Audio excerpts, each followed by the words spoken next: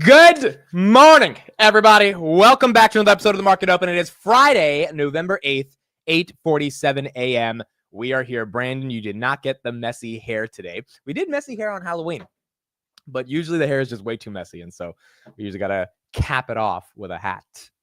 Dude, I'm on fire, bro. We started in 30 seconds, baby. We are ready to go. Good morning, everybody. Friday, end of the week. First official trading week of November has come to an end. It has been quite a week, if that's the right vocabulary to describe what has happened this week. S&P 500 and the NASDAQ and small caps have hit all-time highs this week. Pretty incredible to see kind of the trajectory of those indices and of individual stocks. Obviously, Palantir goes without saying, breaking above $55 when it was $40 on Monday. Robinhood surging 20% the other day, now closing in on $30. Tesla, where's Tesla in the pre-market? I haven't looked at it, but I think Tesla, maybe there's a chance for 300 today. Tesla, 297. I mean, it's just been an incredible week. We got 25 basis cuts. We got 25 basis points of a cut by Powell yesterday. We have a Trump presidency, which you can feel whatever you want about it from a political perspective. But if you are in the investor class, there is a part of you that has to feel, okay, I guess the market is happy with the new trajectory of what that administration could do. And for my portfolio, even if I don't like the guy, I have to care about myself and my own life and my family and all of my community, and my economic well-being really does matter there. So it has been just an incredible week. And really, it's been a week where this is one of the things that a lot of people expected would happen in the stock market if this were to happen in terms of Trump getting elected. And it's kind of been playing out along with Bitcoin as well at 76,000, which has just been incredible. So a lot to talk about, a lot to dive into. In about an hour, we'll have TJ join the show and we will discuss our public portfolio. Lots of moves we have to make given the movements of different stocks in that portfolio over the week. I know a lot of you have been messaging me that you have hit all-time highs in your portfolio, and you're up a lot of money, and it's pretty damn incredible. And look, at the end of the day, I think there's a part of us that are a little bit anxious because it's a lot of money, and it's like, it's one of those, it's the benefit of compounding capital over time in a really good year. Not every year is like 2024, but I think a lot of us in the chat went through the hell of 2022. So one could argue you deserve the heaven of 2024 in terms of how it has manifested itself. But also, it's the nature of being an investor. There are certain years where things like this happen, and it's quite life-changing for a lot of people. But at the same time, we also have to be very grateful for the fact that, most of the world doesn't invest, and the people that do invest have these types of years. And always remember that. It's the most important thing is being grateful and having gratitude in a year like this when things are going well. So thank you, everybody, for being here. We've got a lot to talk about, a lot to get into, and lots of different news updates going on. All right, so CleanSpark, I'm going to quickly address this, and then I want to get into some of the other topics I have. So CleanSpark is halted. Let me pull up this post. I think Jesse had a good post on this morning. Yesterday, they were halted after hours, and I thought we would get some news, but we never got any news. And I don't think in the morning, is it still halted? We still don't have news. The the New York Stock Exchange requested some information. Yeah, it's still halted. And the information was a T12 halt based on the idea of the NYSE thinking that there's some insider trading going on.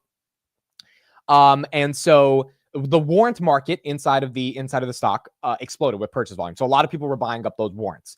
And the New York Stock Exchange was like, all right, all this activity is happening. Why is this happening? And so they just wanted some clarification. So Jesse writes, if this is true, the New York Stock Exchange would request more information from CleanSpark to ensure that all investors are on the same page and some insiders aren't getting an advantage. He shows a previous example of this happening with Dry Ships Incorporated in 2016. They went up 1,500%. The stock closed at 120, up from 510. The NASDAQ halted the stock with a T12 code pending additional information from the company. So some people are speculating that CleanSpark is going to get bought out, which is actually really bullish for a lot of the miners. But some of the other miners, let's see how they're acting. Riot currently is down. It's flat after hour or in the pre-market. And then Marathon is flat. IREN is flat, and then Hut 8 Mining is also flat. So all the miners are flat. CleanSpark's halted. I don't know when the news is going to come. I thought the news has to be delivered like if the New York Stock Exchange, sends you a text message, you kind of respond immediately. You don't take your sweet time. So I don't know. But I would imagine we get an answer soon. And if we get an answer soon, that's going to be important. Benny says every T12 has resulted in a buyout. Well, if that's the case, congrats to the CleanSpark shareholders. The question is the premium you're getting the buyout at. But it is kind of weird. Who the hell is buying out CleanSpark, right? Imagine Bitcoin doesn't go to 100,000. What's the value of CleanSpark then, right? I mean, maybe long-term there's some value, but I don't know if as a strategic asset, you need Bitcoin to go up for this company to ultimately be valuable and their mining operations to make revenues. So I don't know. It would be maybe MicroStrategy is buying them out. Or imagine MicroStrategy buys them out and just mines their own Bitcoin and just puts it on the balance sheet. That's actually not that crazy, bro. Like, I don't think that's that crazy for MicroStrategy to buy a Bitcoin miner and just every quarter they update investors on how many Bitcoin they have on their balance sheet. That would be wild, bro. That would be the story of the year if MicroStrategy does that. That would be crazy. I don't think Robinhood should buy. I don't want the risk of Robinhood buying it. But MicroStrategy can afford the risk, and they're already YOLOing so much Bitcoin. So I don't know. We'll see if that plays out, but I'll keep you guys updated on that. On top of that, let's look at what we got in the pre-markets. Palantir is flat in the pre-markets, well, it's down about 1%, 55.38. We got Robinhood that is up 29.39.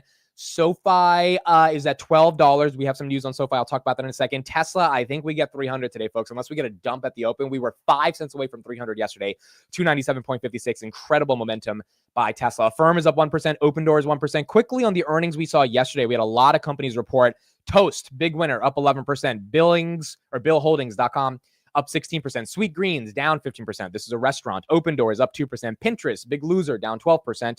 Fortinet, down 2%. Trade Desk, down 10%. Cloudflare, down 7%. Square, down 1%. Redfin, down 8%. Affirm's up 1%. DraftKings, up 1% or down 1%. Rivian's flat. Airbnb, I don't know what they said on that call. They went from 167 back to 147, now at 136. They are down 7%. They did get upgraded today to 150, but they are down 7%. And then Monster Energy was down 3% as well. Expedia is up 4%. Serve Robotics down 6%. Axon Enterprises up 14%. Yelp up 1%. Arista Networks down 7%. Unity down 3%. Upstart up 17%. Archer Aviation up 3%. SMR down 2%. And then Lucid up 3%. So we had a ton of companies that just didn't have the best stock reactions, even if their quarters weren't that bad. But we did get some double misses like DraftKings, which ended up resulting in some pretty bad earnings results, at least from how the market interpreted what should happen to their stock. All right, let's get Tom Lee's perspective on what's going on in the market. Then we've got to talk about China. China had some disappointing news today for investors, or you could argue they had some really good news, but investors were disappointed. So we'll talk about China. The China trade right now just not working out. FXI down 4%, and BABA is down 4%. NEO as well, just getting hit, down 3%. JD down 4%. Yeah, so the Chinese stocks not really getting too much momentum. So let's hear from Tom Lee, and then we will get into China. It's now on the markets. Tom Lee, head of research at Fundstrat Global Advisors, chief investment officer at Fundstrat Capital, and the list goes on and on. Annie's a CNBC contributor, first post-election appearance that we've had. You knew Trump was going to win. Well, not many people did. Yes, that's. I'll give you credit.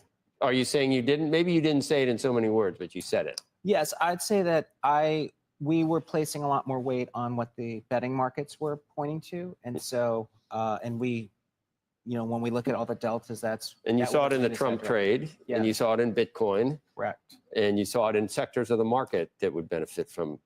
That's right. Presumably, but who knows from a Trump presidency. So 1,500 points, a meet out of the gate. More to come, or are we're already there? I think we need to respect this move. I mean, there was a tremendous rally post-election, and it continued yesterday. I think it really does reflect a lot of money was taken out of the market because of the uncertainty around the election. And now we know that because of policy changes and animal spirits, that this is really going to benefit things like Bitcoin and small caps and regional banks and financials. So I do think there's still a lot of upside. I mean, small caps trade at 10 times median forward earnings. I mean, that's a. So what do you think that should be? 12 times? And what's the opportunity set in your mind? Well, since 1987, small caps traded on a median PE basis at a premium to the S&P. The S&P is at 17 times. So I think small caps could, in the next couple years, outperform by more than 100%. And what do you think about some of the macro issues that I think create a different level of uncertainty? We keep talking about the bond market and what that might be saying, what you think is happening with gold. Are the bond vigilantes going to be this governor on whatever you think is going to happen in Washington? As James Carville famously said, the bond market is, everyone's scared of the bond market. So that is something we need to watch. But we've had plenty of periods where stocks have risen with bonds rising. And I kind of agree with Powell's assessment that it's not yields have gone up not because of inflation, but because there's sort of a change in growth expectations. I thought that a sweep was, for either party, was the death knell for the markets and frightening to all involved. And now we're getting a sweep. Why isn't it more frightening? Maybe the sweep the other way would have been a little more frightening to some. Yeah. I mean, I think part of the reason investors are getting somewhat optimistic is that President Trump is entering office again, but this time with a lot more knowledge of how to build, a cabinet and a team. And That and he's going to lower taxes. I mean, it's not that complicated. so in some ways, this would end up being more market friendly. And I think that's why investors are becoming optimistic. I mean, I kind of agree with the idea that there are animal spirits growing. He'll never be deficit friendly, will he? I mean, he will be deficit friendly. He won't be, if we cut taxes on tips, Social Security, overtime, remove the SALT cap, extend the tax cuts. If you do all those things, that seems like It's going to be very difficult to fix the deficit with just changes in taxes and spending. But it's probably why Bitcoin is kind of interesting here, because it's potentially a treasury reserve asset. And, if Bitcoin rises in price, it actually helps offset the liabilities, which is the deficit. So you were at 150, I think, on Bitcoin, weren't you? But Yeah. not necessarily by the end of this year, or? I think 6 figures is still possible before the end of the year. Yeah.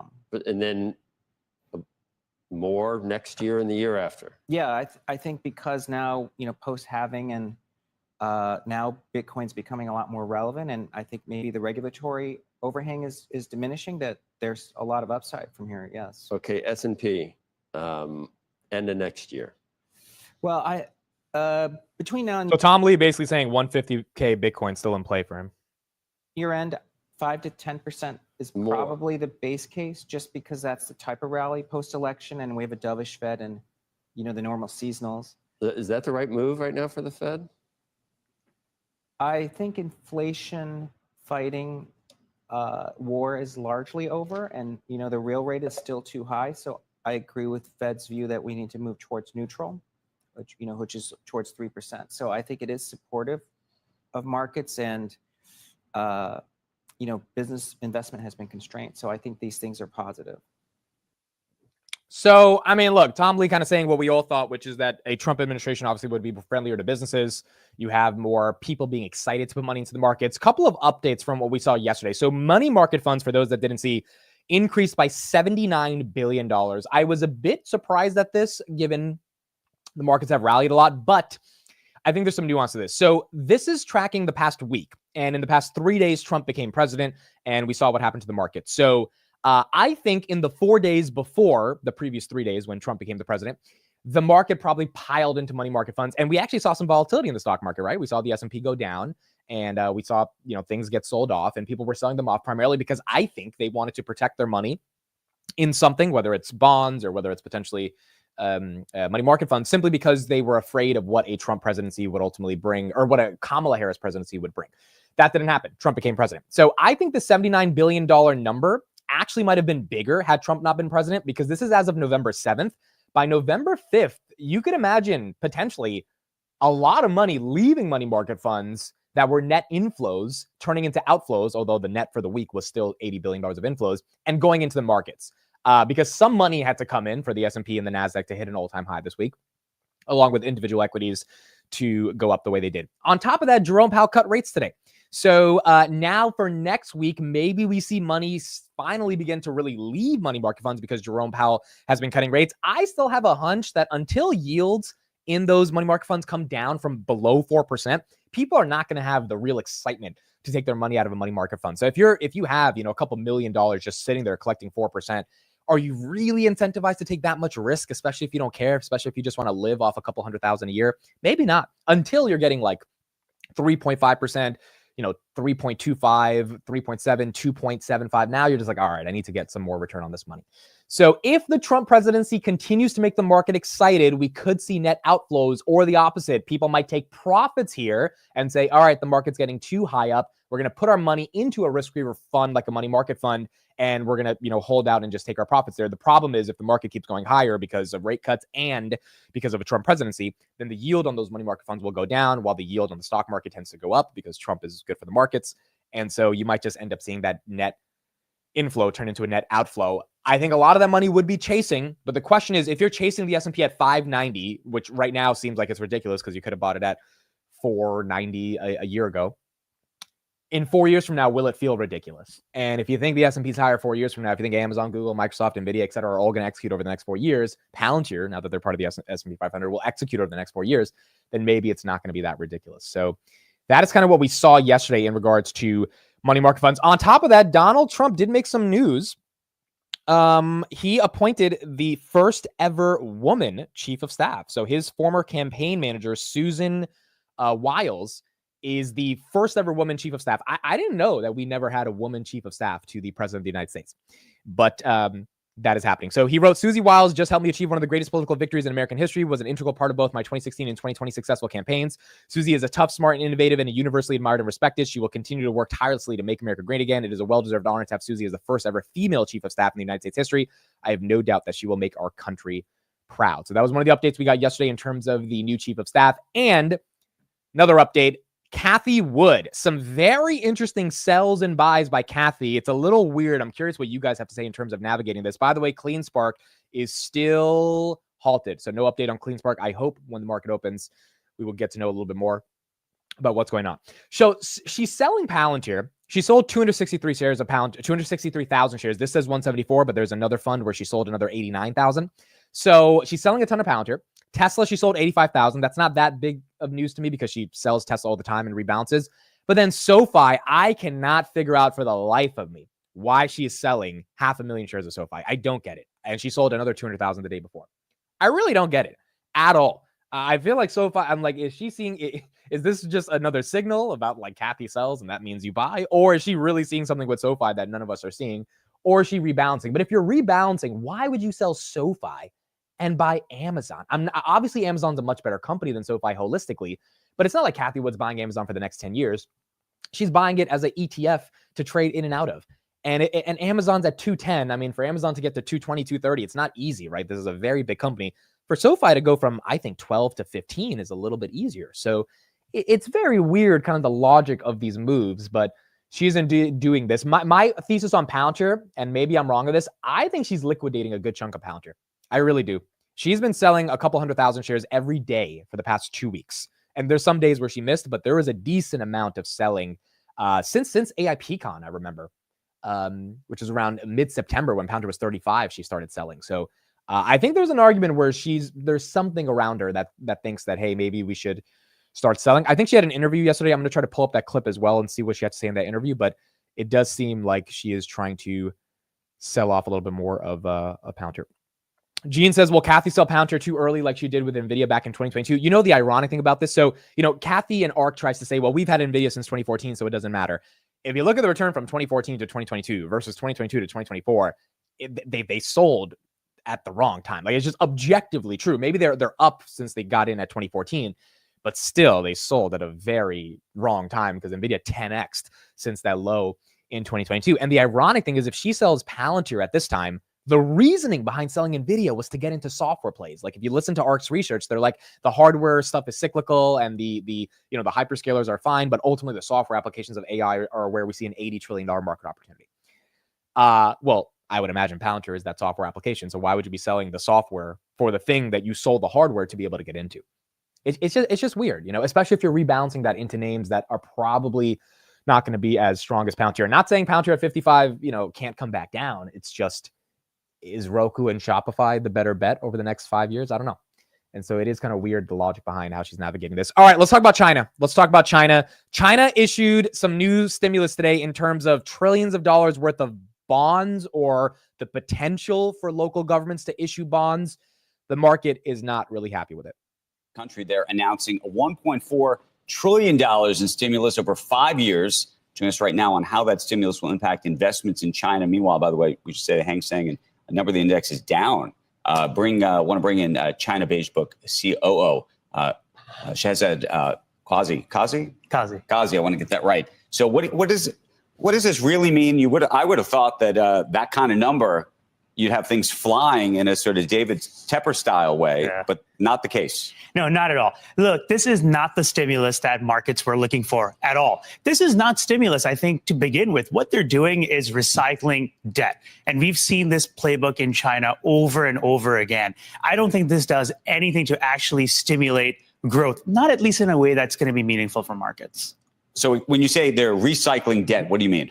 Well, what they're doing is Italian local governments, you can now go out there and issue more bonds and take all this hidden debt, bring it onto the balance sheet, and then some more. Some of the debt that's owed by the local governments will get transferred onto the central government's balance sheet. So they're just moving the money around. That's great, brings out, your interest rate payments and so forth, perhaps, and gives you some more money to maybe pay workers who haven't been paid, but doesn't do much. What is your gamble on the next 12 months in China?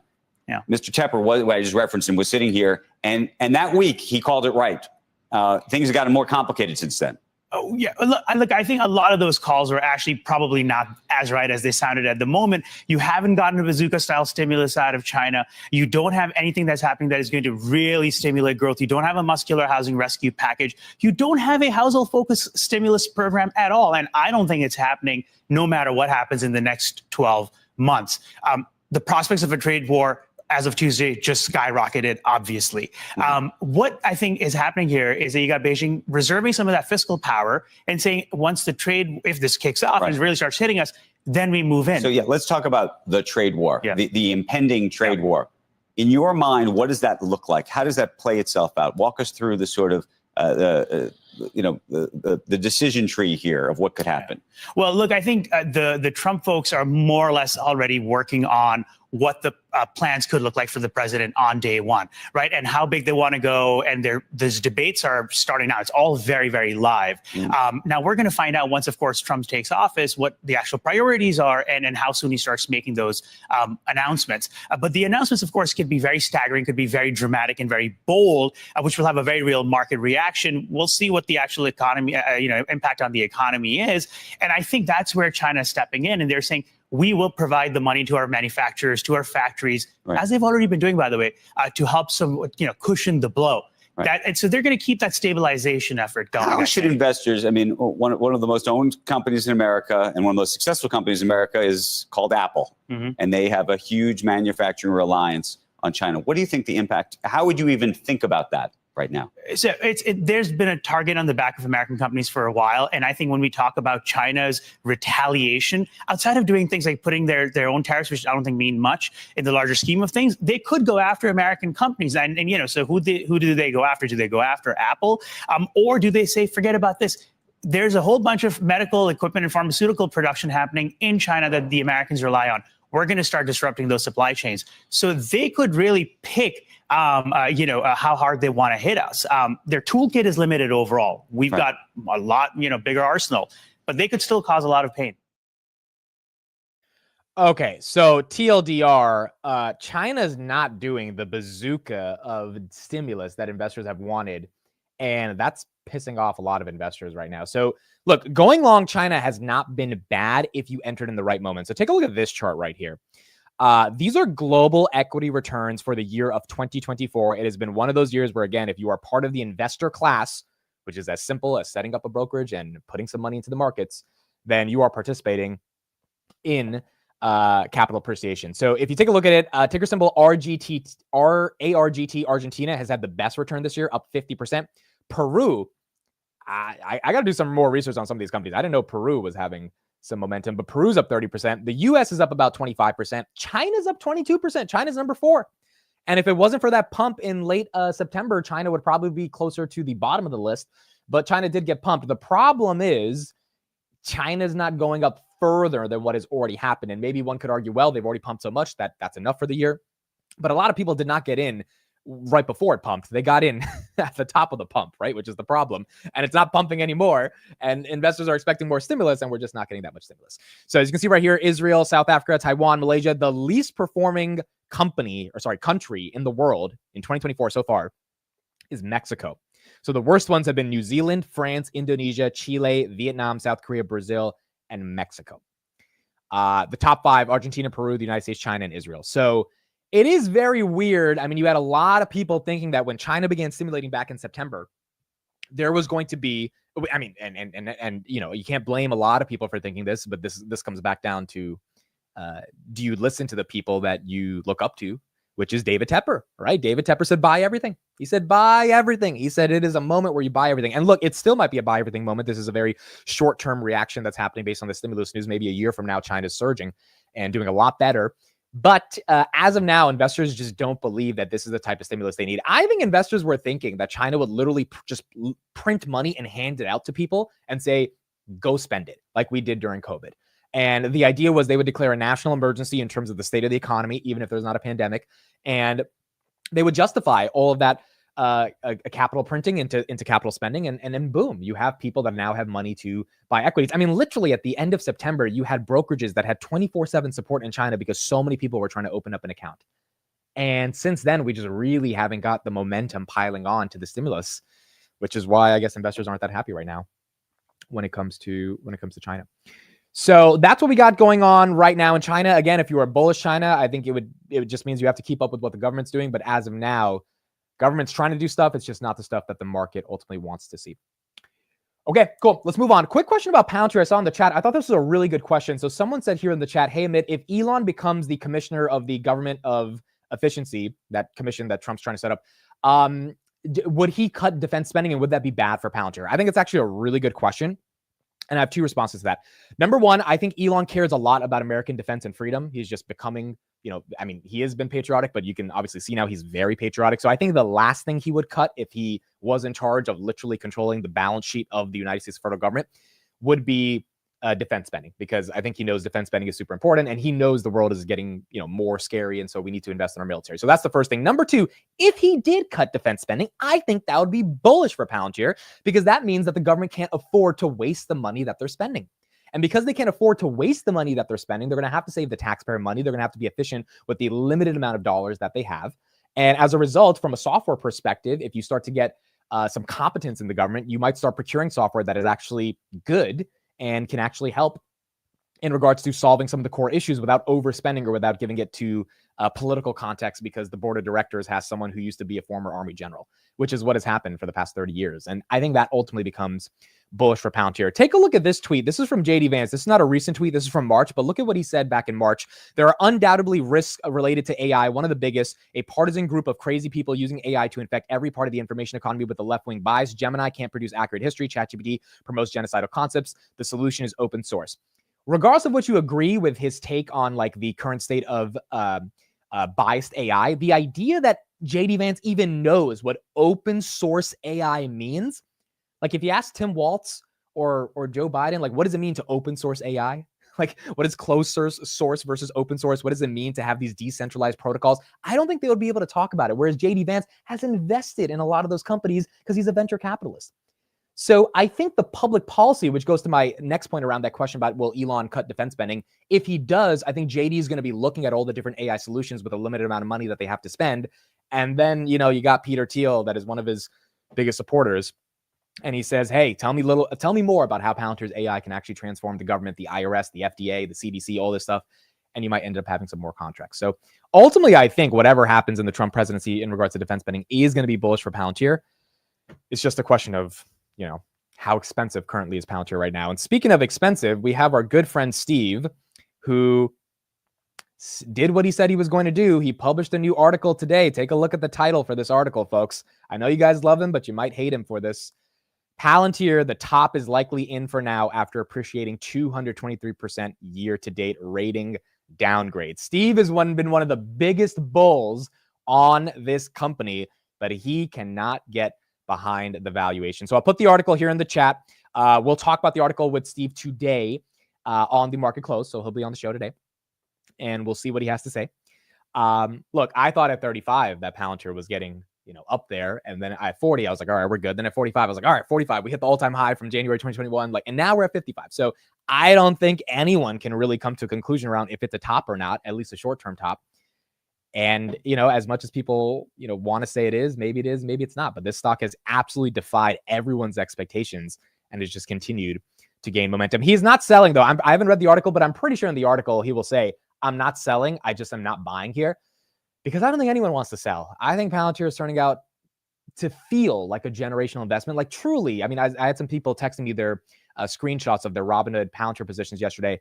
And, you know, you're talking about $9 averages, $10 averages, $8 averages. I mean, those are generational cost bases. I totally messed up on the plural form of cost bases, but those are generational averages that people have. And I'm not saying you shouldn't average up to get more shares, but I mean, I saw a picture yesterday of someone who bought 10,000 shares at $8. So he put 80,000 into the stock. It's worth 500,000. I mean, 10,000 shares is a pretty damn good position. If you don't want more shares, and if you think, all right, I'm going to hold these 10,000 shares for the next 10 years, you're done. It's over. Your position's built. You just sit back and let the market be the market and let Palantir execute. And it's just incredible, dude. And so I don't think anyone wants to sell. I know a lot of people that sold at 30. Some people on Twitter publicly that are part of the Palantir community, they like sold a lot of shares. I mean, there's one guy had like 18,000 shares, and at $30, he sold it and he bought a Mercedes. Congratulations on the Mercedes, but dude, you missed out on $20 of cap. You know, it's like, I mean, it's like people selling entire positions at $30 thought it was topping out. You can't blame them because it was getting expensive at 30. But it's one of those things where you just believe in the long-term potential of stuff before trimming immediately. You know who really does this well? Dominic. Shout out to Dominic in the Palantir Weekly. He has held NVIDIA for like 2 years. Sorry, not 2 years, for like 5 years, and he has not sold a single share. Palantir, he's been holding for the past 4 years. Tesla, he's been holding. I mean, he is the definition of long-term investor, and he's just constantly held through all the different ups and downs as well. Uncle Clay's Orchard, thank you for the $10 super chat. Steve is now dead to us. Steve's gonna have a fun market close when everyone comes in. Bart, thank you for the €120 super chat. That is a lot of money. Again, you do not need to send that, but thank you so much. Hi, Amit. I made quite some money the last 2 years with Palantir. Thanks to your channel. Thanks, and enjoy my little contribution. Thank you so much, Bart, for that. That's a lot of money. Under €20 is not a small amount. Thank you for that super chat. Deeply appreciate it. So thank you for that. Okay, cool. So that's what we got in the context of Palantir. Again, we'll see how it opens today. Friday is ending out the week. It's been a really, really good week for Palantir. And, you know, we've seen some momentum. One other piece of news on Palantir. This is something I forgot to say. Let me bring this up right here. Carp sold 4.5 million shares.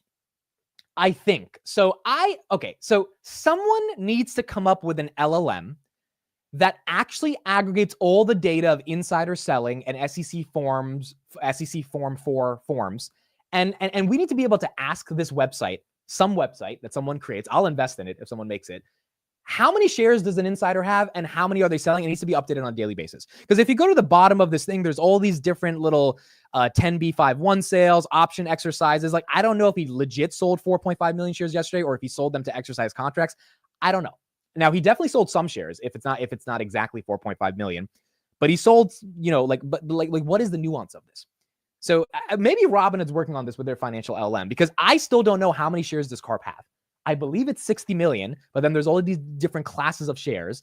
And so if we could get something to aggregate this data and easily ask it questions, I would like that. But let's assume the worst case scenario in terms of just like being bearish to kind of make the argument. Let's assume he sold a solid 4.5 million shares, which is about $250 million, and none of this has to do with taxes or options vesting or any of that stuff.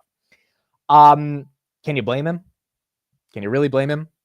I mean, like, dude, the stock is up a lot. I don't think in his wildest dreams he thought when the stock was $16 in January that the stock would go to 55. I mean, again, people are forgetting, you know, Steve was making fun of us on this, but Steve was on the market close on our market open on Friday.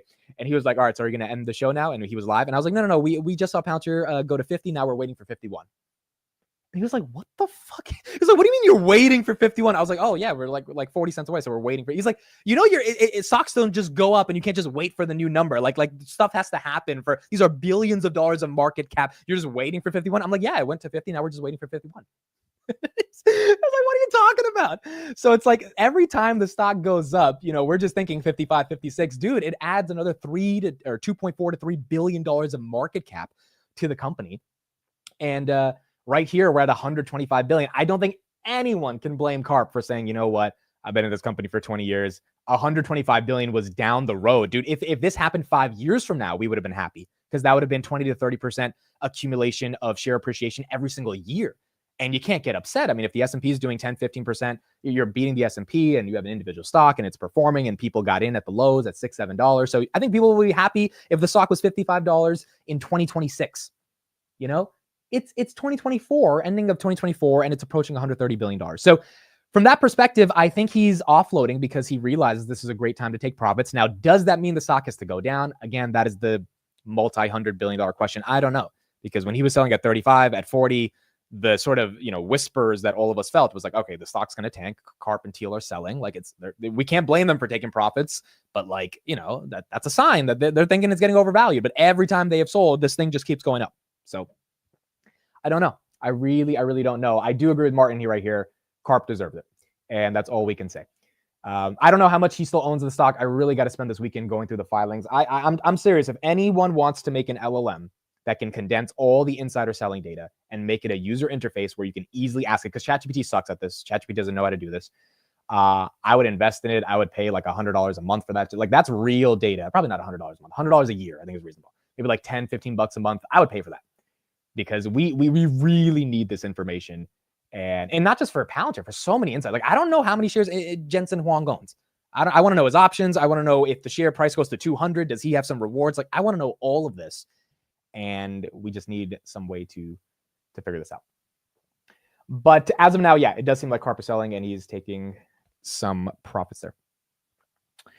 I think Steve makes a good argument. That being said, if Tesla can rip because of Elon relationships, why can't Palantir? Government contracts just got a little easier, in my opinion. Well, that's another thing. Even though you could argue Palantir's getting expensive, and you could say Tesla's getting expensive right here. Tesla approaching $300. If he's got Donnie T in the White House, that's going to give him fast track on anything he wants, including the biggest moneymaker for Tesla, which at least ARK thinks is FSD, then why can't Palantir get contracts if they have a friend in the White House as well? Which is JD Vance, along with the fact that, dude, Peter Thiel is pretty damn close with Trump as well. Even if Carp doesn't like him, Carp doesn't have to be in the meeting. Peter Thiel can go to the meeting and, do what he has to do. So it's one of those things that's just very interesting. I think someone else made this prediction the other day, but I think Carp and Trump will have a picture together over the next 4 years. I think it's inevitable. They will probably meet, and Carp's going to have to do business with him and eventually talk. And maybe that also helps us when it comes to Palantir. All right, let's hear from Cathie Wood. Let's get some perspectives on her. She was on CNBC last night, and then we'll open up the markets in 6 minutes. In terms of the CLSK halt, I have no idea if this is good or bad news. Some people think it's a buyout. Some people think it's something bad. I think we will hopefully find out over the next couple hours as the market opens. Fund is up more than 3% today and nearly 22% over the past 3 months. The fund, though, is still down almost 8% this year. For more, let's bring in Cathie Wood, CEO and Chief Investment Officer of ARK Invest. Cathie, it's great to have you here. And on this election day, very pertinent to have you. We understand, of course, that the performance has kind of lagged, to say the least, down about 68%. Shout out to Mr. Derek Wall for another 20 gifted. Appreciate you, brother. Got Derek Wall with the 20 gifted. Derek went heavy into Tesla yesterday at like 288. Now it's at 300. So shout out to Derek. Thank you, Derek, for the 20 gifted. A bunch of you, Diego, Justin, Victor, you guys just got some gifteds from Derek. Thank you for that, sir. % since Biden has been in office. Are you hoping for a change in the White House? Well, what's been interesting about this campaign season is both candidates have sounded more and more alike when it comes to innovation. Our focus is only on truly transformative innovation. And so, and it seems to be a bipartisan issue. The best example of that is what happened with crypto this year. We had one party for it, the other seemingly against, and clearly the electorate spoke very loudly. And so they're now sounding very much alike. I think the decreasing regulations is critical, keeping taxes low, critical, and really incentivizing animal spirits is really what we're all about. So I think they're both sides want innovation. Maybe one is leaning a little bit more towards regulations coming down. That is very important. Here's another interview she did yesterday. This was, I think, a couple of days ago, right before the election, where she actually talks about Palantir, I believe. I want to follow up on. One is Elon Musk. Have you talked to Elon since the election? No, I have not talked to him since the election. I did see on X that he was part of the family as they were taking the picture around President Trump's acceptance speech. So, I know he's obviously had a tremendous impact on the election. I think he had X made a big difference, and his ideas around government efficiency, which will revolve importantly around technology. Artificial intelligence is doing wonders for the most bureaucratic organizations out there. We know from Palantir that it is having a tremendous impact on insurance companies, underwriting process timelines dropping from 2 weeks to 3 hours. And even in the military, Maven, Palantir's working on Maven with the DoD for targeting the enemy. They have shrunk that department. They don't need as many people. They've gone from 2,000 to 20 people. Right. Which it's pretty amazing what's going on. And I think we'll see a lot of attrition. Any employee leaving the government probably will not be replaced. Okay. I don't think he'll. I don't think he'll do $2 trillion in government spending savings in 1 year. That might be a 5 to 10 year. And I think between technology and attrition, and lower regulations, maybe the abolition of certain departments, that they'll go a long way. So you don't see him serving a formal role, but still overseeing some sort of Department of Government Efficiency in an informal way? Help me understand what you see him doing, and whether or not that could be some sort of threat to, he's a very busy man. Yes, he's an unbelievable, he's the inventor of our age. I think I said that in 2015 for the first time when I was on your show with Carol Masser at the time. He is the inventor of our age, and he comes into a problem, assesses it with first principles thinking, doesn't care how things have been done, and comes back with, ingenious solutions to big problems, whether it's autonomous mobility in the autonomous taxi space, or in the healthcare space, Neuralink.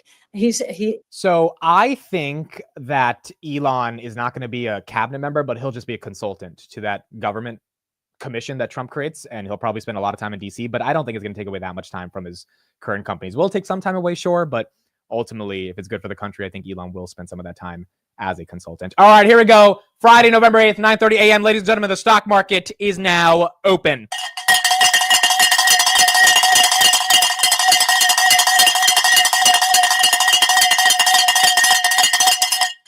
Wake your ass up. Here we go. Tesla's really trying for 300, man. Tesla is really, really trying for 300. 298.83. It is trying to get there. I will check the resistance on 300 in a second, but it is trying for that $300 level. 50 cents away, now 40 cents away from 300. Palantir 55.76. Palantir opens up basically flat on the day. Robinhood 29.40. Robinhood up about 0.3%. SoFi is at $12. Tesla now 20 cents away from 300. CleanSpark, has CleanSpark done anything? CleanSpark is still halted. Very weird. CleanSpark still halted. China is down. China's down 4%. Amazon is also down today. Amazon's basically flat, but down about 0.5%. Open Doors up 1%. Affirm is down 4.7%. DraftKings is up 2%. Celsius down another 1.5%. Rivian's up 4%. Rivian getting a little bit of love right there. Tesla 298, again getting hit from that 300 level. Let me check the resistance on 300. How many shares does the market have to go through? Enphase is at 70. Oh my goodness, that is a big drop. 300, we've got 367,000 shares. That's a lot. It's not crazy, 367,000, but it is a decent amount of shares. Enphase, oh my gosh. Wow. Below 70. It was 300 back in 2022. Below 70 on Enphase, down 2.79%. People are not bullish on solar. Enphase is down. Google slightly down on the day. Energy Transfer down on the day. HIMS is down about 3%. United Airlines up again. JetBlue is up about 0.5%. Moderna's up 0.5%. Ulta Beauty's up, but flat on the day. Netflix, I didn't know, and no one in the chat said this yesterday. Netflix is closing in on $800, bro. Like, I don't think any of us saw this. It's usually not on the watch list, but freaking Netflix is about to be a $350 billion company, which is just incredible. So there you go. You got Netflix at $7.95. Palantir 55.34, down about 0.5%. Robinhood is flat. Alibaba's down 4%. Tesla 298. SoFi holding above 12. Cathie Wood did sell 450,000 shares yesterday, but SoFi is holding above 12. Lyft is up another 1.23%. Let's look at the Mag 7. Nvidia 149. Did we hit 149 yesterday? I don't think we did, or we were pretty close, but we hit 149. I think we had 150 in the pre-markets, but Nvidia right here slightly red, 148.80. Microsoft's red, Meta's red, Google's red, Amazon's red. Amazon did break above 200 in a nice way, so Amazon now getting some momentum right here at this 210 level. Elf Beauty as well, up about 2% right now. Tesla 298. So I mean, we just broke through 299, so there's no wall at 299. It's that $300 wall, and if we can get through it, then that'll be nice. I did buy my Tesla yesterday, Model Y. I haven't posted any pictures yet because I bought it yesterday and immediately came home to watch Mr. J. Powell give a speech. So I'll post some pictures about it later on Twitter this weekend, but it's an amazing experience, dude. My mom loved it. My dad loved it. It was just super awesome, and it was incredible. All right, here we go. We're 10 cents away. Damn it. We were 10 cents away. Now we're 40 cents away. I think we're breaking 300, folks. We're like 6 cents away from seeing 300 after how many years? It's been a while, bro, since we saw 300 on Tesla. It's a model white, white on white. And my parents were mad at the white interior, but then they saw it yesterday and they're like, it looks pretty nice. I'm like, yeah, it looks like a spaceship, bro. It looks cool. It's so silent. It's so peaceful. It was just an amazing, amazing car. My mom, you know, when I started to turn, and my mom was like, it shows you the side of the turn on the big screen. I was like, yeah, this thing is pretty amazing. So pretty cool thing. And I think they'll enjoy driving it as well. All right. 299.86. Again, 350,000 shares waiting at that $300 level. I think we break it through. Let's see if that's updated right now. There are currently at 361,000. So a little bit more, 361,000 that we got to get through. Robinhood's green, 29.46, up about 0.34%. Palantir just turned green, 56. 56 is back for Mr. Palantir. There you go. Airbnb, I don't know why they're down 9%. The market just does not like this stock, dude. They just don't like it. They just don't. Down 9%. I haven't gone fully through their earnings. I think they had a beat and a miss, but the miss was very slight if they missed. But they are down 9%. Oh, 300. Tesla, it is here. 300 once again after multiple years. $300 is back on one of the greatest companies that humanity has ever known. Congrats, everybody.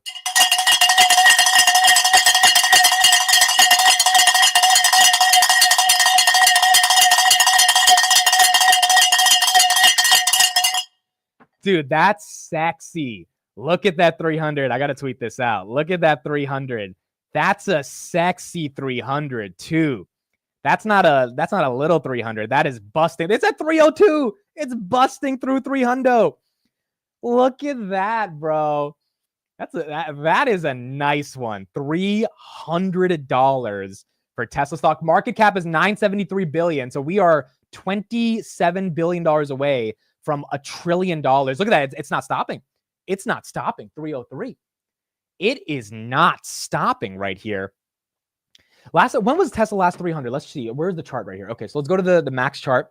Last time Tesla was even at 303 was, we have to go all the way back to, when was it?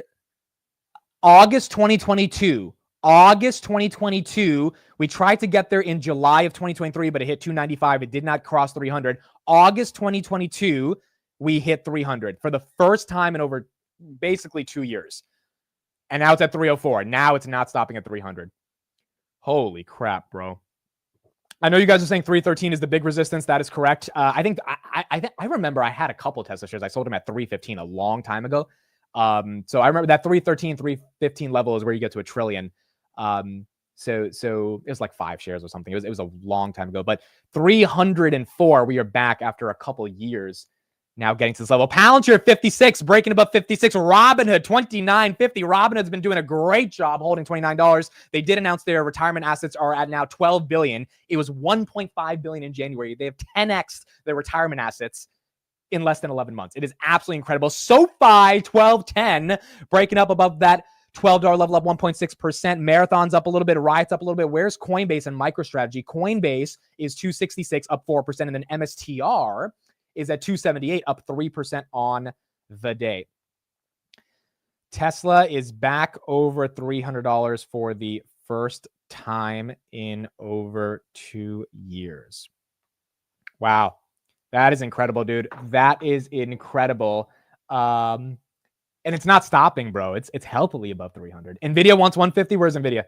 Where is Nvidia? Congrats to all the Tesla shareholders, man. I mean, you guys deserve it. It's been a hell of a year. It has been a rough year. Went through a lot of shit. But Elon Musk has prevailed, and he made an investment in Donald Trump. It has worked out, and the market is rewarding. By the way, Nvidia right here, 149.59.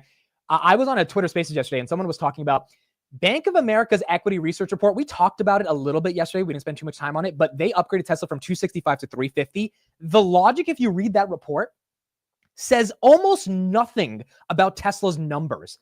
All of it has to do with Elon and Trump. And it is unheard of for Bank of America, who has some of the best sell-side research in the business, to say we are upgrading a stock by about $90 because of a relationship with the president of the United States.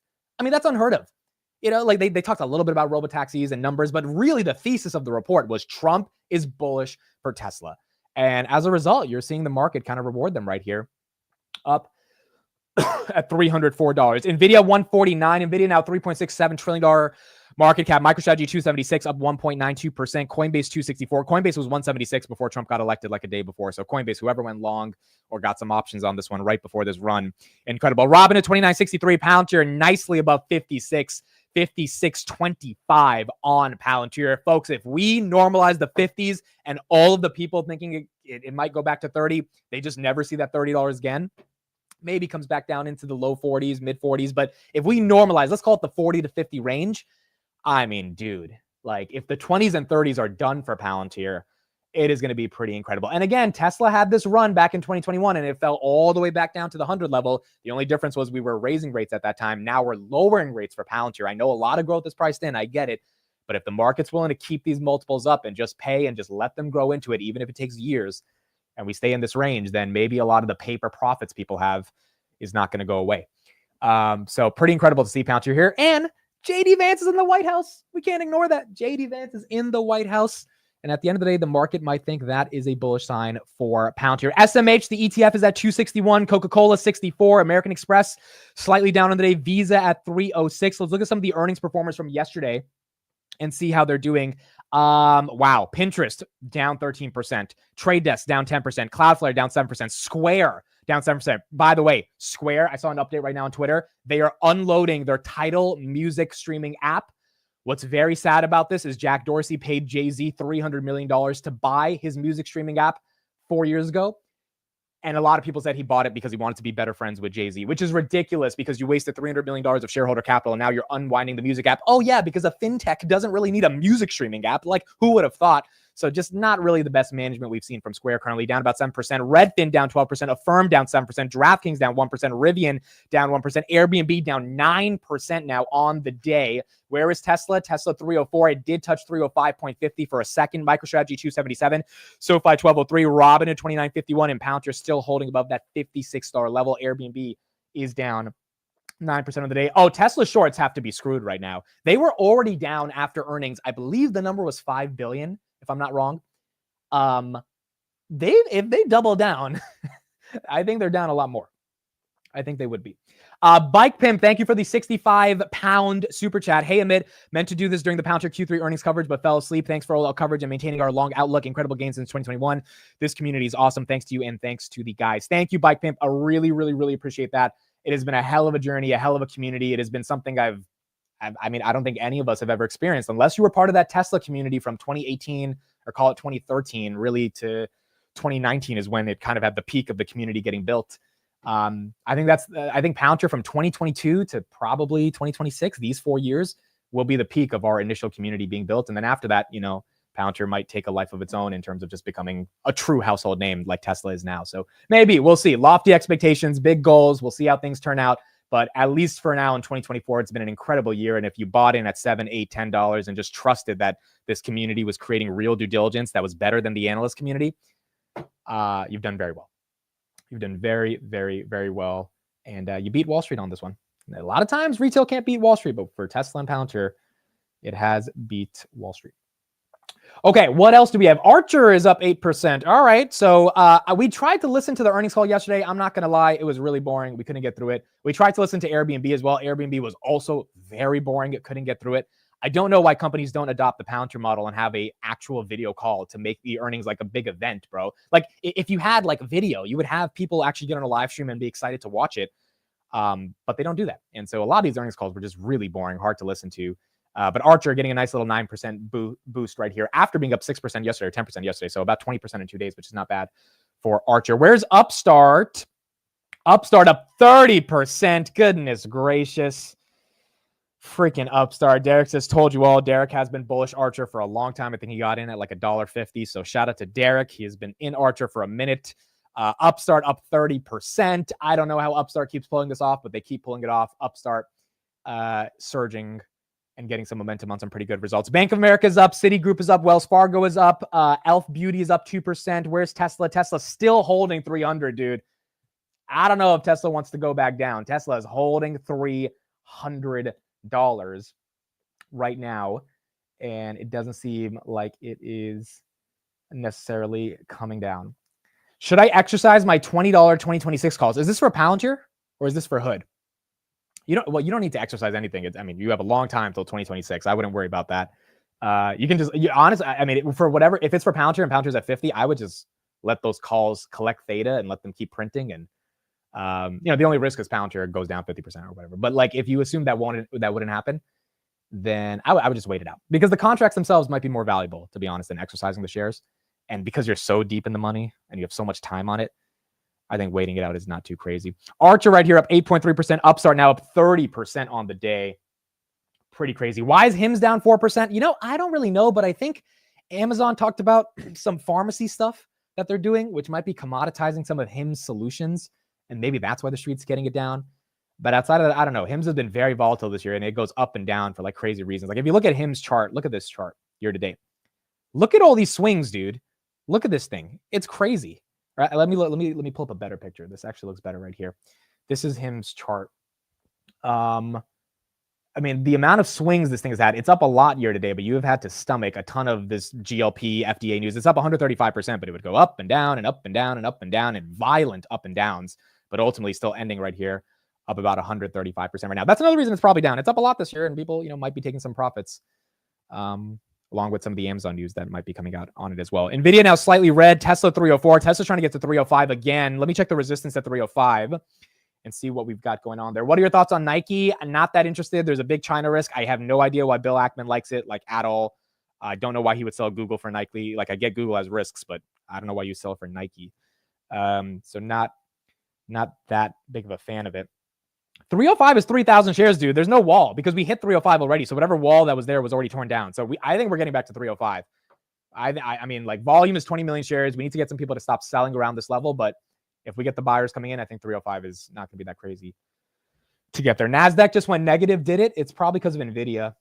Yeah, NASDAQ just went down. Now, granted, the NASDAQ had one of its best days ever yesterday. The NASDAQ's at 513. So some consolidation here would not be crazy. Where's the S&P? S&P is probably red as well. S&P is green. S&P 596.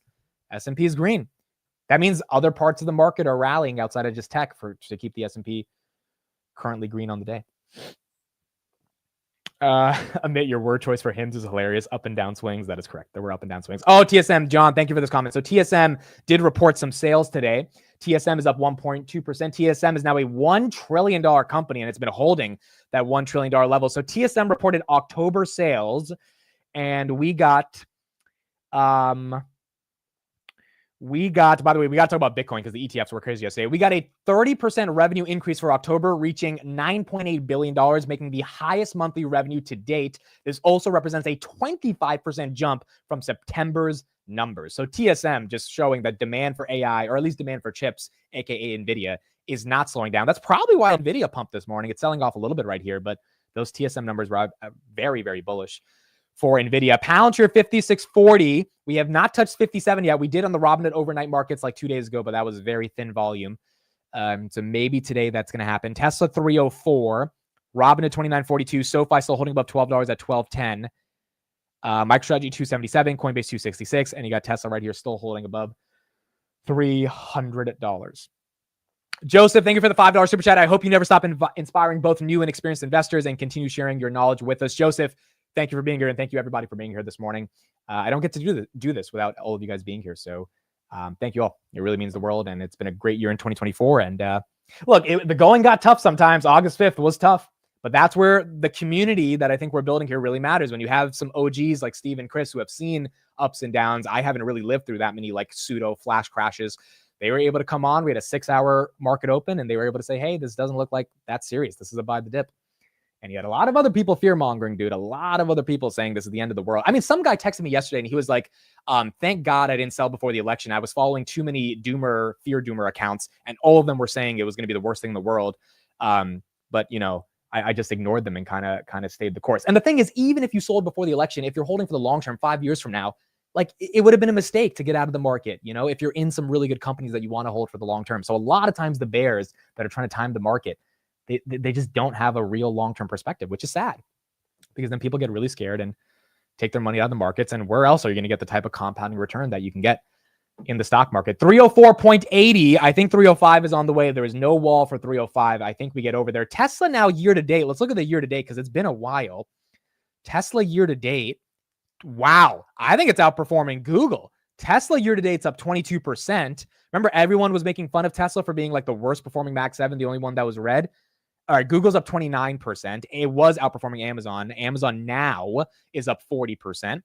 And so Tesla still is the least performing Mac 7, but at least above 20% is an incredible year-to-date return. Meta right here up 70% year-to-date. Oh, there's 305. There you go. There's 305. Okay, so now where's 306? 306, Steve would get so mad.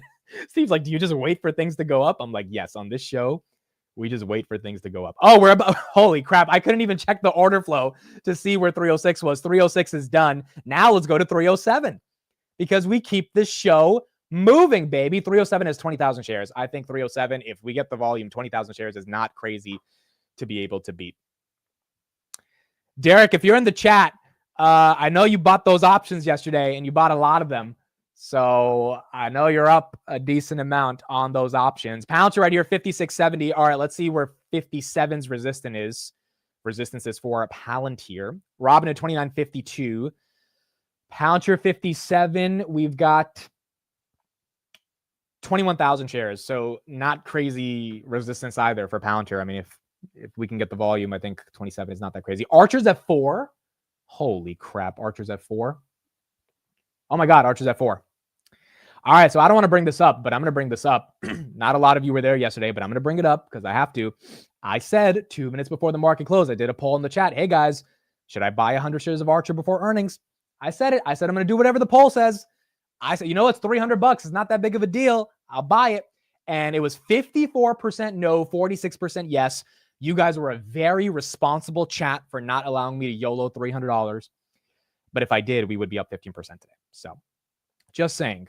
I'm just saying. Now, if Archer collapses like 20%, then you guys will be right. But still, it was a very responsible chat. I'm not going to. This is why I think my chat is not GameStop, AMC, Apes, Go to the Moon. I think we have a very sophisticated community. I really do. Because honestly, I probably shouldn't have YOLO $300 for no reason. The stock was already up 9%. It made no sense to buy it. But, you know, if we did, it would have been up. But the responsible thing to do was wait. And that's why our chat is a pretty good community right here. I would have voted yes. I would have been like, fuck it. Let's see Amit lose some money. If it goes down, it'll be funny. But instead, we voted no, which was responsible. S&P 597. 597 on the S&P, new all-time high. Qs are now green. Palantir 56.82. Tesla right back at 305.80. Trying to make its way into 306 and then hopefully 307 if it can get there. Is Enphase a buy? Honestly, bro, I can't say no.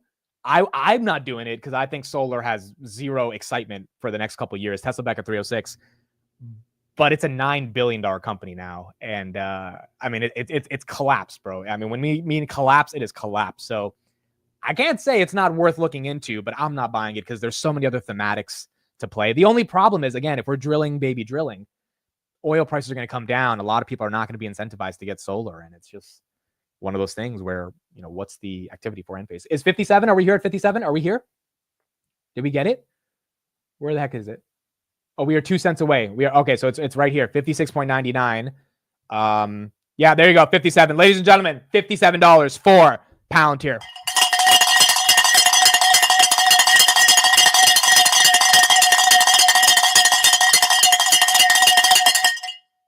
Holy fucking shit, bro. I don't know what's happening in life right now, but it's happening, folks.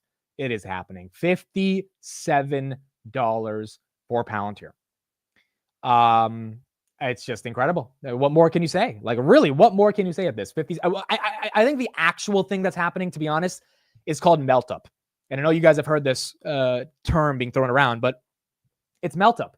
We are melting up. The market's melting up right now. At least for now, the market is so damn bullish for Trump. Look at Upstart. It's up 37%. They're so bullish for rate cuts. They're so bullish for what's the other thing? Just Trump's presidency in general. That, you know, they're buying up stocks. Maybe some money market funds are coming in. Like, money's coming in from somewhere. Maybe international markets are getting more excited for the U.S. Equities, and we're getting people that are chasing at these prices, and they're not caring that much about anything else other than just getting in. Where's Hood? Are we at a good level on Hood? Hood 29.74, not bad, up 1.28% on the day as well for Robinhood. Palantir right here. Yeah, I think we'll hold 57. I mean, every time this happens, Palantir gets very close to a new level. It gets above that level. It comes down slightly. And then by the end of the day, it tends to get very close to it or closes above it. And if we break down the wall at 57, then, you know, we have a good shot of potentially staying over that $57 level, which is pretty damn amazing. You know, yesterday it was so funny. So I was with my sister in the car and we were going to pick up the Tesla. And, you know, I asked her, so you voted for Harris, but how do you feel about your portfolio? And she's just like started laughing, you know, she didn't want to admit that she was really happy, dude. Like, and you should be happy if you're making money, which is the hardest thing to do on planet Earth, is make $1. And you're doing it because you're watching some numbers go up on a screen because you invested that money. I mean, like, you should be happy. You deserve to be happy about that. But, you know, she didn't vote for the guy, but she knows this guy is the only reason that this is happening right now. And so it was so funny because she was like, well, why didn't this happen during 2022? Like, why was 2022 the market was so down? And I was like, because we printed a lot of money and there was a lot of inflation. And she was like, why do we print the money? I was like, because the stimulus checks. And she's like, well, that was only $1,200. Why did we give people $1,200? Like, why would we cause so much of inflation for fucking $1,200? That's nothing. And I started laughing because I was like, well, yeah, like, once you realize what happened, like when you take economics 101, you realize you can't print yourself out of a disaster, and you actually have to have business fundamentals and you have to strong economy. So for the first time, my sister was like, why the fuck did we give $1,200 to people thinking that would solve the problem? And I was like, well, you know, Biden at the end of the day ran on that promise that he would give out money. And I'm not saying Biden's the only reason we had inflation. Obviously, Trump gave out money as well. But that extra $2.3 trillion we printed in January 2021, that was a lot of money, bro. And I don't know if we needed that much money for $1,200. It was really funny because for the first time, she was like, $1,200 is nothing, because now she's looking at her portfolio up $10,000 in a day. So she's like, why the fuck would I care about $1,200 from the government? And that's what happens when you get in the investor class. You start realizing that the government handing you money is not the way to success. It's actually investing and, you know, allocating capital in a meaningful way to make differences in your life. And so it was cool having the conversation with her and seeing kind of how she thought about it. All right, 305 on Tesla.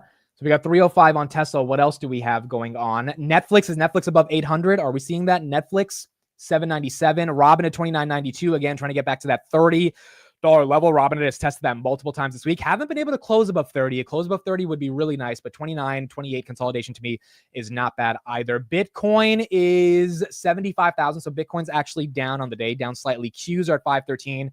TSM at 203. Enphase now down 5%. Archer's up 15%. I don't know why Archer's 15. I mean, I don't think those earnings were that crazy, but the market likes it. Archer right here up 15%. And you got Palantir healthily over 57. Yeah, you got Palantir healthily over 57. All right, let's tweet out the Palantir picture. We got to tweet out the Palantir picture.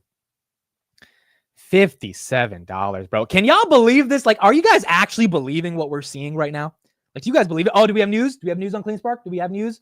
CLSK. Do we have the news yet? Let me check on Twitter. Let me check. And then I got to talk about the Bitcoin inflows yesterday because that was crazy. CleanSpark up. We have something? Do we have something? No, I don't see the news. I don't see any news yet. No news. I think there's a couple accounts tweeting something, but those aren't like real big accounts, so you can't really trust it yet. Yeah, no news yet. No news. It's still halted. Until it gets unhalted, I don't think we'll see anything crazy. Archer's up 15% because you didn't buy. Goodness gracious, bro. I mean, look, people are believing in the potential of Archer. I guess they did secure some $500 million thing. Also, one thing I did see about Archer, they have a $6 billion order log of jets, and their market cap's $1 billion. Today, I think it's more than $1 billion. Today, it's $1.5 billion. So if you believe in those purchase orders of $6 billion, it's trading at a pretty heavy discount to the potential revenue they're probably going to get if those purchase orders stay intact. I mean, maybe there's an opportunity there, even as a moonshot. Maybe there really is. Grinder as well is up today. It was at $15 yesterday after the bell. They're now growing at 30% year over year. Just saying. Grinder up right now. Celsius not getting any love. Monster is down 4%. So Celsius is down 3% as well. Energy drinks. Oh, by the way, Monster said, the CEO said we are seeing lower consumer demand for the entire energy drink market. He said that yesterday on the earnings call. And that's probably why Celsius is getting hit, because if the overall market is declining for energy, then, maybe that's not the best for Celsius sales right now either.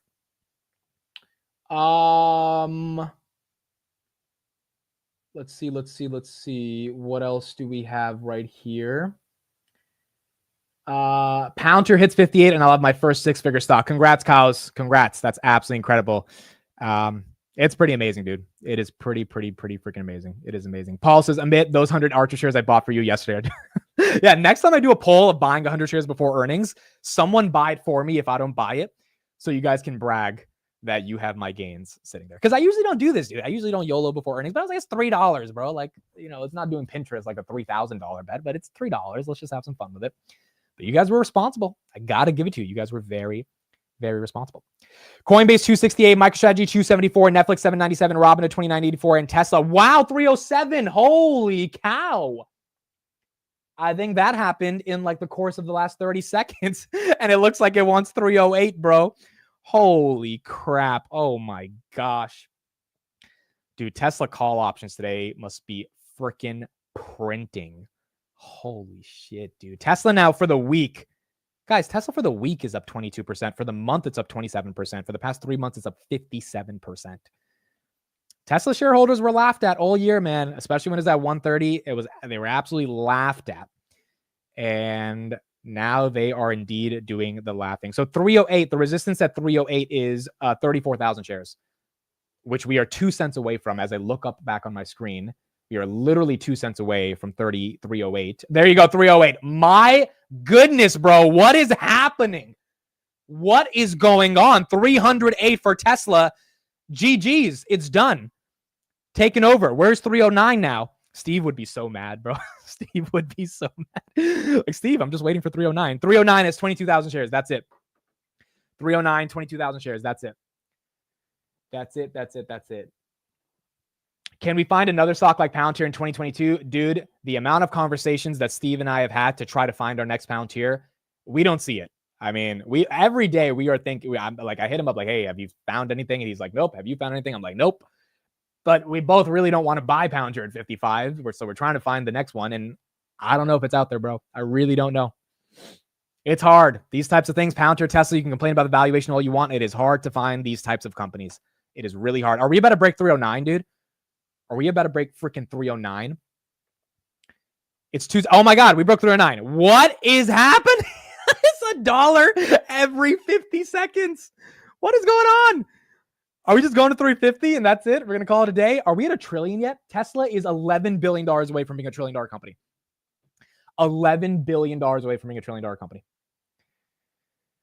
Derek says Archer's the next Palantir. I told all you monkeys last week at $3. Maybe Archer's that moonshot that is having some real momentum, and that is the next Palantir.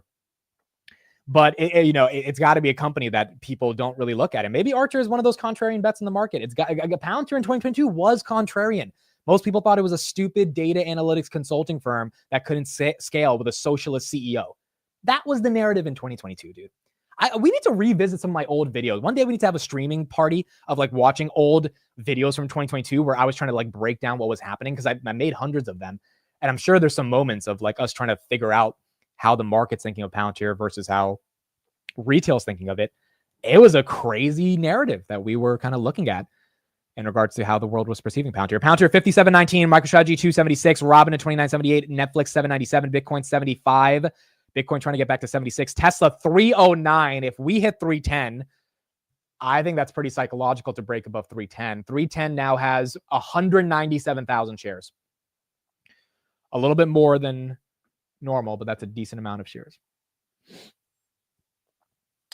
Why is there no talk of Lumen? They've done. We talked about Lumen before. They're doing well. Or where are they at right now? I mean, they had a good earnings as well.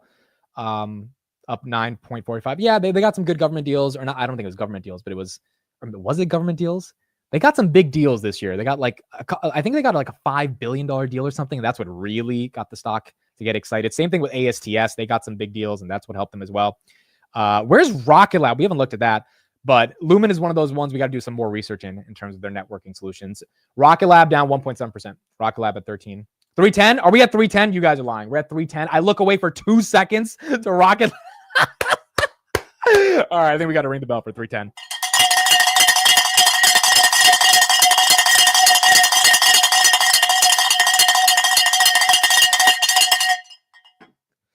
Dude, when I build out my Tesla position, I'm going to be buying this fucking stock at $400 or some shit, dude. Goodness gracious. Holy crap. Well, the good thing is the Tesla put premiums when I start building out the position hopefully are going to be good because people will be thinking that it can't keep going up. And so I'll be able to collect some decent premiums. Hopefully next year. We'll see. Amidst ringing the bell nonstop today. Yeah, my bell's like, dude, you're abusing me today. It's like we're freaking ringing it every 40 seconds here as these stocks go higher. Admit you don't got to ring it so loud. And what do you mean ring it so loud? It rings. Like it's gonna ring. And like I guess the vibe of 310 gives it a little bit more ringing.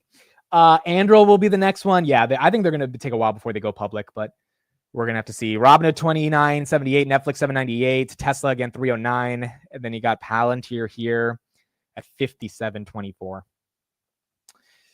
What a week in the markets, bro. Your Tesla car purchase did it, Amit. Dude, that's funny. That is so funny. You know, I mean, I can't tell you. It is a beautiful car. Just beautiful. I took my dad to drive a little bit around last night. I mean, like, it's so smooth. It feels so safe. Dude, it was cold in New Jersey this morning. I went in to drive. Within 30 seconds, my butt is warm. It's warm. You press one button, the thing heats up. It's like you do it through your phone. I was like, what is this, dude? My Honda Civic, I'm like fucking shivering and like jittering around as it's like cold. I'm have the heat on blast, hopefully to get the heat in the car. This thing is like 2 seconds. I walk in. I'm like, what is this, bro? I don't even feel the cold air. Like, it's pretty damn incredible. Amid, what are your thoughts on being diluted by like 20%, but Palantir has to acquire Anduril? I don't think it's a horrible idea. I think Anduril is a really big asset. I know a couple people that work at Anduril. I have a pretty good friend who works there, and you know, he says the excitement and the energy is amazing, and like, you know, they're winning tons and tons of contracts, and so like you would imagine that Anduril will be a strategic asset. But Palmer Luckey is not going to sell that company. Palmer Luckey, he was on Bloomberg the other day. He is ready. He was literally wearing gloves from the Iron Man movie, dude. Like Palmer Luckey is a different type of animal, and he's not selling that company anytime soon. But it's pretty exciting to see him continue to get that momentum. Bitcoin, let's talk about Bitcoin. We haven't talked about it at all. So yesterday, IBIT, BlackRock, got $1 billion in inflows into Bitcoin. 1 billion, bro. Look at this. $1.19 billion of capital yesterday bought IBIT, the ETF for Bitcoin. And then Fidelity got 190 million. ARK got 17 million. Bitwise got 13 million. I mean, this is just insanity. Bitcoin ETFs have now bought 18,000 Bitcoin yesterday versus 450 that were mined. Remember, there's only 450 new ones being created a day. They bought 18,000. And now they are 93% of the way to passing Satoshi's 1.1 million Bitcoin, which means you get I would say a couple 100,000 more Bitcoin for the Bitcoin ETFs, and they will have more Bitcoin than Satoshi himself. At least that's what's reported in terms of how many Bitcoin Satoshi owns. So the Bitcoin ETFs are doing great. There's a lot of momentum there. Bitcoin holding above that 70,000 level. Maybe we don't see the 60s and 50s again for Bitcoin. But if we continue getting momentum and people keep buying up those ETFs, then those inflows will be very good for Bitcoin. Palmer Luckey is the kind of billionaire to build himself a full Iron Man suit. 100,000%. I would agree. Why does Clean Spark keep getting halted? Is it still, did it get unhalted? No, it's still halted. So again, they have the T12 notice. They're not going to get unhalted until the SEC or the NYSE is officially ready to unhalt them. But they want some more notice because of purchasing of warrants. So it might take, I mean, some people said in the chat, it might take days for them to get unhalted. I don't know if that's going to happen, but we will get some news updates on that hopefully pretty soon. Okay, so we're going to get TJ on in 5 minutes. Let's take a listen to Palantir co-founder Joe Lonsdale, who was on CNBC talking a little bit about fixing up the government. Let's get his perspective on this, and then we will get TJ and we will get into the options and the equities that we're dealing with in the public portfolio, and we'll go from there. Here we go. Armucci, we talked immigration. We just had a debate about taxes. I'm curious if from your perspective, in terms of sort of number 1, 2, 3 on the economic piece of this, what you think is going to happen, what you would prioritize, but what you think is going to become the priority and what we're actually. I'm also curious if he says anything about Palantir. Maybe he doesn't, but let's see how he talks about kind of government efficiency, defense, and how he thinks this whole thing will play out with Trump as the president. Going to see. Well, good morning, Andrew. It's an exciting week. You know, I think number one, I think Elon said it best this week. He said, you know, America's A team is usually busy building companies in the private sector, but every once in a while, reforming government becomes important enough that they get engaged there. And so I think number one is what we're seeing a lot of top talent going in to reform government. And what that means is there's a huge amount to cut.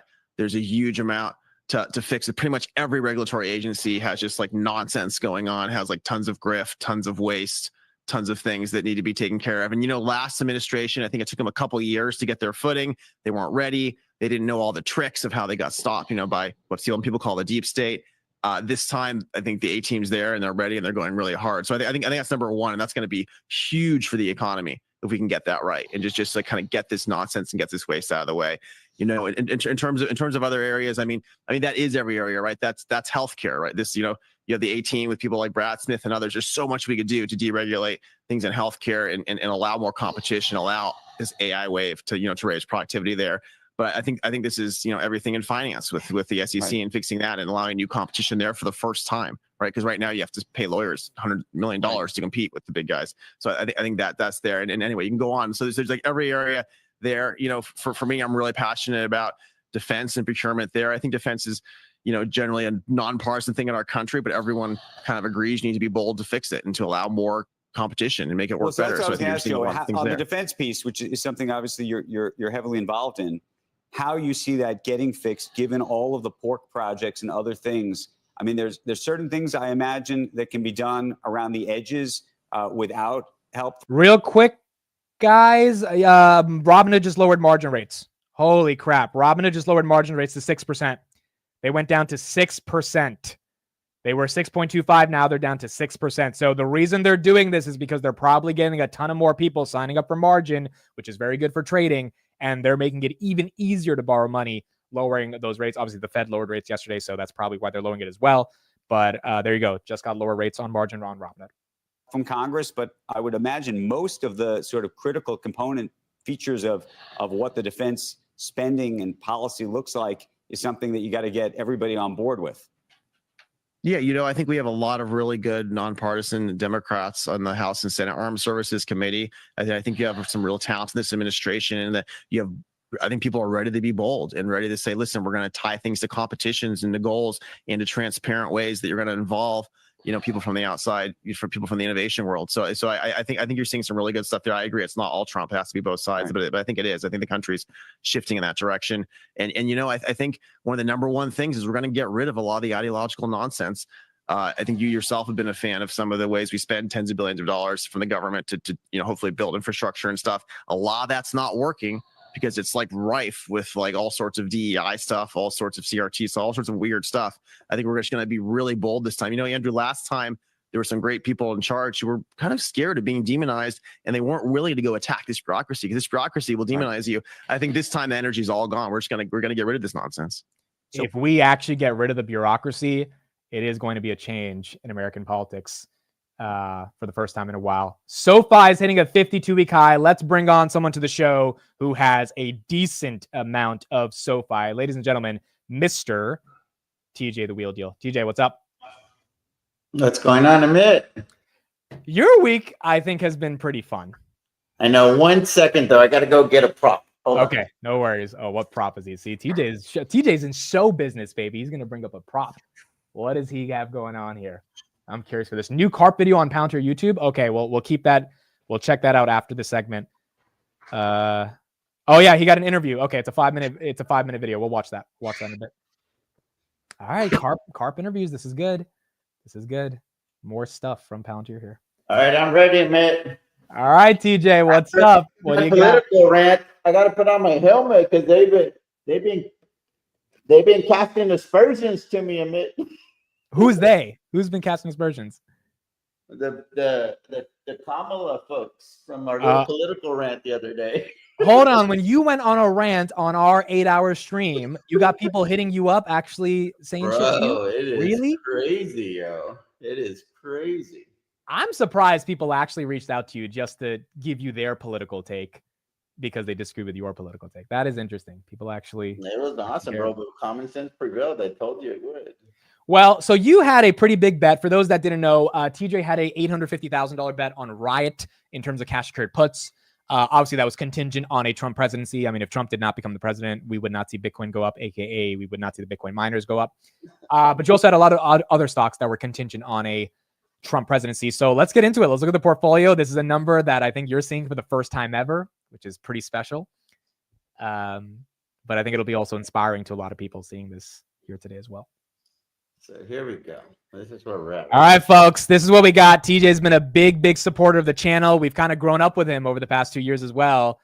$10 million in his portfolio. 10.4. TJ, that is absolutely incredible. It's crazy, bro. It's crazy. It's just sell put, sell cost, collect premium, baby. Sell put, sell cost.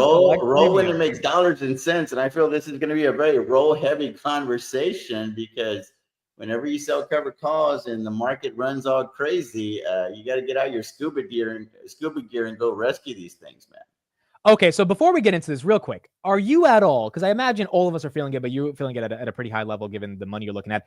Are you at all feeling nervous? Like this is a lot, it's up a lot, maybe I need to sell, take profits. How are you thinking of managing this right now? Yeah, definitely. If we're talking about a stock that's a trade. So I think the big teaching segment for everyone, myself included, is I'm always pretty good at categorizing what a stock is and isn't. Like I can look at SoFi and tell you it's an investment, right? It's an investment. Palantir's an investment. Amazon's an investment. PayPal is an investment. Tesla is definitely an investment. My favorite stock in the market. Tesla 312, by the way, guys, as well. Yep, go ahead. Intel is a trade that could potentially graduate into an investment. BITX is definitely a trade. Hood is graduating from a trade to an investment. TSL is definitely a trade. And then everything here on the bottom is a trade. So I look to trim trades whenever things are getting really frothy. That way I have enough money on the sidelines to go rescue the investments or go heavier in the investments, the long-term plays, the things that I'm long on, if another opportunity presents itself. If not, I need to take a good hard look at some of these trades and see whether or not they could potentially graduate to an investment. Before I look outside, I always look to see what do we have in the holdings to see if anything I could get, feel stronger about. Like NVIDIA obviously makes sense that it should easily graduate to an investment, but it also has to do with the entry point. Like some stocks aren't going to give you because you're late to the party, so they're not going to give you that ideal entry point that you're looking for. So I'd rather, I mean, this is where I differ from the Warren Buffett mentality of buy wonderful companies at fair prices versus fair companies at wonderful prices. Because I sell options, right? I'm selling put, selling cost, collecting premiums. If I'm getting that fair to kind of good company at a wonderful price, it's just easier for me mathematically to manufacture the win. Yeah, and I think what's also important here is my question was, how are you managing this like with a lot of money? And your answer, I think, makes a lot of sense. What's a trade? What's an investment? Yeah. Because that designates how you're going to navigate, how you're going to get out of stuff or keep stuff in. So it makes a lot of sense. Facts, dude. So let's get started. Which one do you want to look at? I sent you some screenshots yesterday. That way you're not kind of like in the dark whenever we start with these things. Do you want to start with Robinhood? I think we'll start with Robinhood, yeah, because we got some work to do on Robinhood. So let's get into that. Quite a bit of work. Quite a bit of work. So essentially, we've got the. Well, you want to read the scoreboard there, Mitt, and kind of walk them through it? Yeah, so we got Robinhood, average cost 21.17, 10,000 shares. We're up 40% of the shares, up about 85,000, or was it 86,000, which is nice. We also have covered calls at 26 that are in the money for 11.15, and we have covered calls at 30 for 11.29 that are also in the money. So all 10,000 shares, 100 contracts are up for sale, and we also have some leaps that we bought that we'll look into when Robinhood was 23. Right. So the way that we set this up after we had our little discussion or whatever, like I took on one of the world's greatest debaters on the whole cover call thing, it was because I wanted to set this one up appropriately the way that I set up the SoFi position. Because Meta and Palantir taught me that if you're going to sell covered calls on stocks where you really feel like they got a bunch of legs, you need to protect yourself to the upside. So we effectively bought insurance on the entire position, or half of the position, by buying these long calls when a lot of people probably didn't think these long calls were even a good deal at the time. Right? That's when Robinhood was like 5 cents away from going to $22. Like that was, it got hit at that. So now we're up 50% on those long calls. So this is your saving grace when you're navigating covered calls that are underwater, because you don't mind rolling even if it's for a debit, because you know that this guy's printing over here. Yeah, so I want to underscore on this. If you have covered calls on a stock and the stock blows through the covered call and those shares have to get called away, but if you also bought leaps on that stock when it was low, and leaps are obviously more riskier because you have an expiration, but if the stock blows through your covered calls, the leap should print as well. And that is what we're seeing happening right here with Robinhood. Real quick, guys, Tesla's at 311. Tesla is $1 trillion. There you go. 311.50 was the $1 trillion mark. Tesla is now $1 trillion company. All right. So we're gonna do a little bit more advanced delta training today. So there's a thing called position delta, right? And a lot of people don't talk about it because they don't really understand it. So I'm going to give y'all a very, very elementary understanding of delta positioning. So whenever you own shares, that's a 1 delta. Fair enough? Yep. Because for every dollar up and down, you're either up a dollar, right? It's very straightforward. That's why you have 100 delta.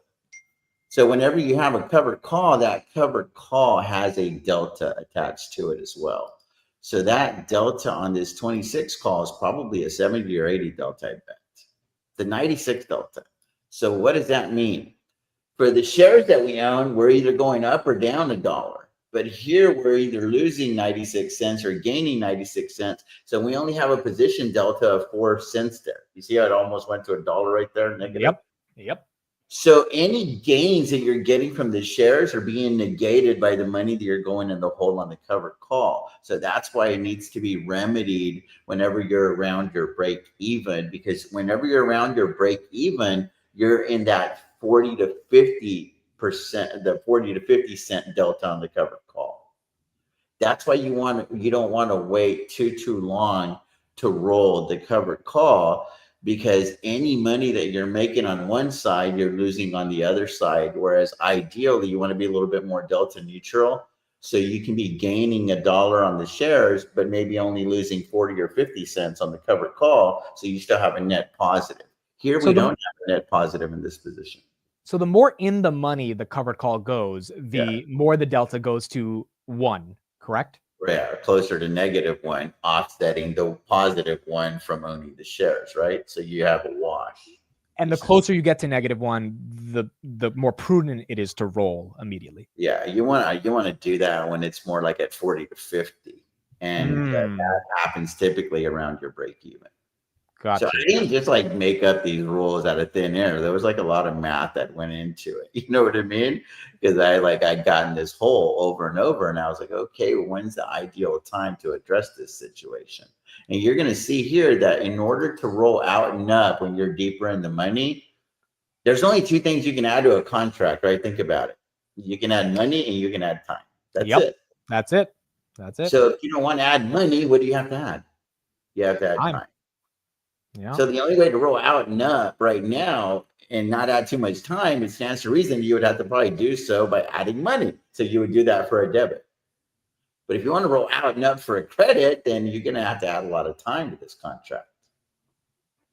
And time is money, right? I mean, it shows you how time is money. 100%. 100%. And also, what's also really important about this is that if, like for Palantir, right, if you're underwater on the calls and the brokerages have not updated the strikes, then it kind of sucks when you're rolling, because if you can't roll to an appropriate strike, where even if you want to pay a debit just to get the shares saved, if the strikes aren't out there, you're kind of screwed, because you kind of have to wait until you actually have the appropriate space to roll to. Yeah, that's why there's nothing that's a foolproof.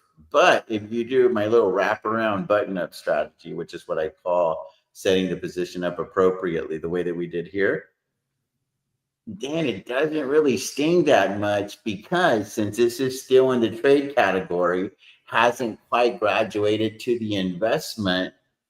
Do you know what these leaps are doing, Amit? If we chose to let these covered calls let these shares get called away, do you know what the function of these leaps are? Not exactly. It's to go capture the money that we left on the table.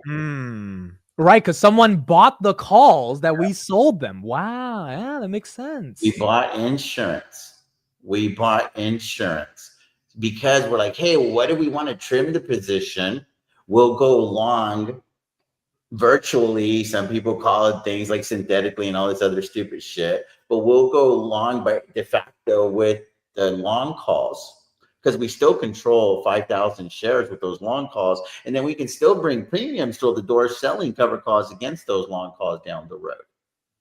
And we're in it for a fraction versus having to pay that entire delta for those shares. It makes a lot. It's some advanced this wheeling is shit. 301 now. This is 301 now, right? But that's the reason that I'm not stressed out about the SoFi situation, because Palantir and Meta, more so Meta than Palantir, reinforced it. That it was like, hey, if you're going to be aggressive with these covered calls, because my mantra is I hate squatters, right? Yeah. Like everybody's got to pay rent. Well, it would behoove you to buy some insurance on that philosophy if you're going to be a perma, because this is very perma-bull mentality, right? Like I'm going to, no matter what, I'm going to bring premium to the door, but I also want to be long on these stocks, but then I'm going to always have caps on my gains. Well, this is a way to kind of like virtually remove that cap from some of your gains. Because the leaps can go to it's not going to be 1 for 1 unless you buy like a deeper in the money leap. Right, and because leaps can keep appreciating forever if the stock keeps going up. So that is how you maximize the gains. Unlimited upside. Unlimited upside, yeah. Yeah, it's got unlimited upside. But keep in mind that delta, again, this is where you got to look at the entire delta positioning. Right. And we went out of the money on the leaps because I didn't want to tie up that much money. And I'm like, well, if we're so bullish anyway, we'll let the stock perform and then we'll start getting paid. Correct. Yep. When you buy into money, the stock doesn't have to perform as much for you to be okay. That's why your break even's lower. It's easier to make money. So you look at those percentages and whatnot. That's why I call them lotto leaps, right? When you buy them pretty out of the money. Right. No, it's a really strong hedging strategy. And the worst case, if you lose those shares, you're still making money on those shares, right? If they get called away. And then you have the unlimited upside of the leap if the stock keeps on going up. So right. So we would still be back at 10,000 shares, owning 5,000 and controlling 5,000 via the leaps, if we don't want to manage the covered call. But now look at the underlying. Do you think that hood still has a lot of legs? Is it worth defending these shares right here? Right. Right. That's where it's real important to know how big your position, like how okay are you with this position being that big? Essentially, you're like, no, it's no longer 10,000 shares. It's 15,000 shares because down the road, I want to go exercise those leaps as well. Right. That's where you have to really be formulating an investment thesis along the way and not just playing the price action in your head. Okay, so let's where are we at with Robinhood now? Because they did the legend, they did the earnings, 36%, 36% CAGR. I thought it was great. The market was expecting 40. They got hammered. Trump wins. Bitcoin's going to the moon. I feel like Robinhood is a recipient of all of those things. But where are we at with Robinhood? I think let's look at the rolls on the covered calls. Let's protect some of the shares. I mean, I think the trend is up. And if we can get paid a credit, I don't want to pay a debit on these, but I think we can because we're rolling it relatively quicker before the expiration. So we should be able to get something for these shares. Yes, I think we're probably going to have to go right in this area here to see, because we're at 26, right? So we have to make good on the 390. That's how much money we got to give back. So we can go, you see, you can either throw time or money, right? So already throwing 49 days from today to this contract, and you can only go up 50 cents for a credit. So you get 2150 plus you get 2500 on the roll, right? Right. From the capital appreciation. So now you ask yourself, okay, you have 5,000 shares that you paid 2117 for. That's where the math comes in. And you're like, are you okay tying that up till December the 27th? And you got the 2,500 in capital appreciation that isn't realized, but the 2,150 or 2,000 would be. Is that a sufficient enough return for you? And that's where you have to check to see whether or not the numbers math for you. So let's go to January. Let's see if we can get into the 30s. I mean, even if we get a good premium and we hold it till February into the 30s, and if it tanks, then we can just buy those calls back. I looked at these yesterday, and this was the play that I came up with. I was like, well, let's go from 26 to 29, and we're not going to get much in the premium, but now we're qualified for $15,000 in capital appreciation, 15,000 at 21 times 5, that's a little over $100,000. It seemed like a hell of a return in my mind if we believe that it's going to hold these prices. If we think that it's going to come crashing back down, then that's where there's the gimmies and the gotchas, because it's like, well, shit, now we kind of got dead money there and we're just watching the market and we're no longer creating cash flow. Yeah. That's where you have to figure out what kind of business are you in. Are you in the, I want my portfolio to look really, really good virtually unrealized gains, or do you need to produce a certain amount of cash flow per year? I'm in both camps, so that's always the balance that I'm trying to finagle with you. Okay, so let's do that roll real quick, guys. We got a couple headlines right here while TJ is rolling that covered call. Gene, Trump reiterates no plan to sell DJT after election win. The DJT stock, wow, that's up 10%. So Trump says he's not selling that stock, which means that stock's going to go up and down for the next 4 years based on Trump's successes or losses as a president, which is kind of wild. And then you got Tesla, that is just not slowing down. 313.95. We did hit 314.54. Maybe 315 is on the board for Tesla. Real quick, let me check the resistance level for 315 for Tesla. And SoFi is at a 52-week high. We'll talk about that in a second with TJ because he has a big position in SoFi at 1234. Tesla 315 resistance is 82,000 shares. Again, it's not a lot. I mean, we're like 20 cents away from getting there. So there's a shot. And you got SoFi right here at 1236 right here on the day. All right. TJ, you want to discuss Tesla, or do we still have more on Robinhood? Yeah, no, 1 second. I'm just updating the tracker. Okay, no worries. You got it. Yeah. Prices. I'll look at Tesla. So Tesla right here, 314.68, guys. It's up 6% on the day. It is now a $1 trillion company, 1.01 to be exact. Stock was at, I think, 400 billion at the lows this year. So, or actually even a little bit lower than that. So obviously an incredible run right here for Tesla. It's up, I think, more than 100% from the lows. Price to earnings at 138. TTM, it's 86. Price to sales of 10, which, Palantir's price to sales at 40. So you could argue maybe Tesla's technically kind of cheaper from that perspective. Obviously, the PE is lower. Tesla is massively profitable. And volume is 52 million shares. Where is Palantir? Palantir is at 57 still. Palantir basically teetering at 57 and 56.99. But Palantir holding up today as well. And then SoFi, 4%, 1234 on SoFi. Let me check those options I have on SoFi, an update on that. Those options are now, wow, those options are up 200%.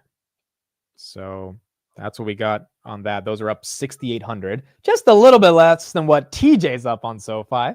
A little bit less than SoFi than him. So we're good, Amit. Oh, wow. Congrats, dude. Congrats. Because you kind of been wishy-washy. I get TJ's sympathy. Congrats for my 7,000 on SoFi when he's No, up. but God I'm knows saying how much money. Is SoFi hasn't been super high conviction for you, but at the same time, you've done enough work on it to realize that there was some alpha to be had there. So you got in the game a little bit. That's correct. Tesla 315. It's crazy. Or TJ, before we finish our Robinhood, now 316. All right, TJ, I got to get your thoughts here on Tesla. We'll talk about Robinhood more later, but what the hell is going on and how do you think you're going to navigate this? Like, how are you thinking of Tesla right here? Yeah. So essentially, let me pull up Tesla here to see. Dude, this thing's not stopping, bro. Like, yeah. It's not stopping. Like Tesla, bro. It's Tesla. Holy shit, bro. Elon must be up. So I saw this happening. So I saw this happening in my mind, right? If Trump won, because how Elon was being real mushy with him or whatever, but I wasn't willing to allocate those types of dollars to Tesla because I just wasn't. So I was like, I saw more alpha in TSLL. So I went real heavy on TSLL, and we can talk about the whole trade. So right now we got the 2,500 shares at 196. I got them all for sale at 280. And then I've got long calls 150 for January 2026. The idea is in about 7 or 8 months, I'm going to exercise these long calls. That way I'm no longer running the poor man cover call, and I'm going to roll these cover calls for the next 10 years. Wait, so what covered calls do you have on Tesla? I have 280 for January of 2026 that I'm not going to do anything with for like 6 or 7 months. Got it. Because the long calls are offsetting that over here. And then so I'm going to take ownership or exercise these long calls right here that I'm up probably quite a bit on. Up 231%. So I want to exercise these long calls probably in August, September, October of next year, because I paid for all this extrinsic value. So I want to get my money's worth. So you're up 231% on those long calls. Wow. Correct. But I'm also offset by being underwater on some covered calls, right? So remember the gimmies and the gotchas, the position delta? Correct. But you still will make a profit on those shares. Oh, if huge. So that's a huge profit. Yeah. Yeah, it's a huge. I mean, this is the net liquidation situation, right? So you're up 302,000 there. You're negative 119. So, you theoretically make a couple $100,000, call it good if I want to close the entire position out. Don't want to do that. I want to exercise these right here. That way I can have more latitude to be able to roll these, because I'm not going to be worried about getting exercise on shares that I don't own yet, because we only own 2,500 shares, but we're selling covered calls on 4,000 of them. So, and then they won't let me roll any further out on the 15. It can't ever exceed this expiration date. So I would have to exercise that as well. That's kind of another gimme in the gotcha. There is some things I think called diagonal spreads or something that allow you to do it, but that's just more advanced for me. I'm a real simple sell put, sell calls, collect premium. And I've gotten in this situation before. I get out of that situation by simply exercising the long call, and then all the pressure's off. And that's why it's real important to have a long call at a strike price that you're very comfortable with, because I'd have to pony up 225 grand and make good on this right here. So that's how I'm navigating Tesla. But because Tesla, by the way, guys, 318.6. It looks like it wants 320 today. So pretty incredible. So the reason I played it this way, Amit, is because I had gone super heavy on TSLL. So any alpha leaving on the table, I'm going to go get it over here. So I've got 15,000 shares over here that we're doing well on, but I've got all the shares for sale at 15. I'm not that stressed out about it, because Tesla has a couple of bad days. This thing will go to 15. But I did the largest backstop trade of my career, and that is tying up 1.432 at 573 for agreeing to buy, well, how many that is, 250,000 shares of TSLL at 573, and just entered into this position not too long ago. And you'll see that I'm up. Well, this thing's it's crazy right now. So this thing's not going to be accurate, but we were up already like over $100,000 and haven't been in this trade for very, very long.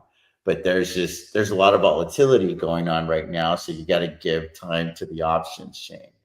So if you look at that, it's worth 119 right now, according to this thing here. The credit that I got was 135. So that's just, all of this stuff is off right now. Like earlier this morning, it was showing that up about $120,000. And I was considering maybe trimming half of it and thinking that Tesla is going to get like rejected or something like that. But I'm just like, well, I still have a lot of meat on the bone over here, very low risk. I'm just gonna let this shit play out for another 3 to 6 months. And maybe I can capture half of the premium that they paid up front, which was about $350,000. That is incredible. No, it makes a lot of sense. TSLL was a position we went into. I mean, you really texted me, I think like a month ago, and you're like, dude, Tesla's coming. And we went heavy on that. By the way, shout out to Lisa, her first double on her portfolio ever. Thank you to everyone. Lisa, thank you for being here. I think that's on SoFi, right, Lisa? If I'm not wrong, that's the double that you're getting. So congratulations, Lisa, and thank you for being part of the community. So essentially your plan with Tesla is just let it run. I mean, you don't have to really do much here. No, because all of the money that I'm not able to capture immediately, because you lose liquidity doing what I'm doing, right? By rolling cover calls way out in the distance. I'm going to realize some gains on TSLL because that is still just a trade. So I can see me closing out the cash secured puts for like a 50, 60% profit, and then just buying to close on the cover calls and immediately selling the shares and the leaps and be done, be completely out of TSLL because it's a trade, right? Yeah. And that's the way. So, and then I'll just manage and babysit Tesla. I would like to get to 4,000 shares, but I'm already in that situation because all I got to do is exercise the leaps. Right. And I wanted to get to 5,000, but I just didn't have the intestinal fortitude to do so. I'm just calling a spade, right? Sometimes the conviction or the words coming out of the mouth, it doesn't match what you're actually doing with the portfolio. Right. Can we look at SoFi, TJ? Yeah, SoFi is fun, I think. It should be right now. So no, all those comments about dead money and all that shit, those people went to go learn how you were taking a lot of shit this year for managing a lot of money. A lot of people are like, how does this guy have $5 million with SoFi, blah, blah. But sometimes you got to be patient and trust the research. Yeah, so now, all your dead money bullshit is out there with the mummy somewhere in Egypt. So up a lot on the shares, and this position is set up appropriately. So I'm not real stressed out. Got cover calls for 11.29. So it's like, oh my God, dude, relax, we'll roll. And then we got the $15 cover calls. This is my sacrificial lamb. I'm pretty sure I'm going to let these shares get called away because I'm going to be exercising these long calls. I got the $7 long calls and the $5 long calls. So there will only be a net negative of 10,000 shares that we end up losing.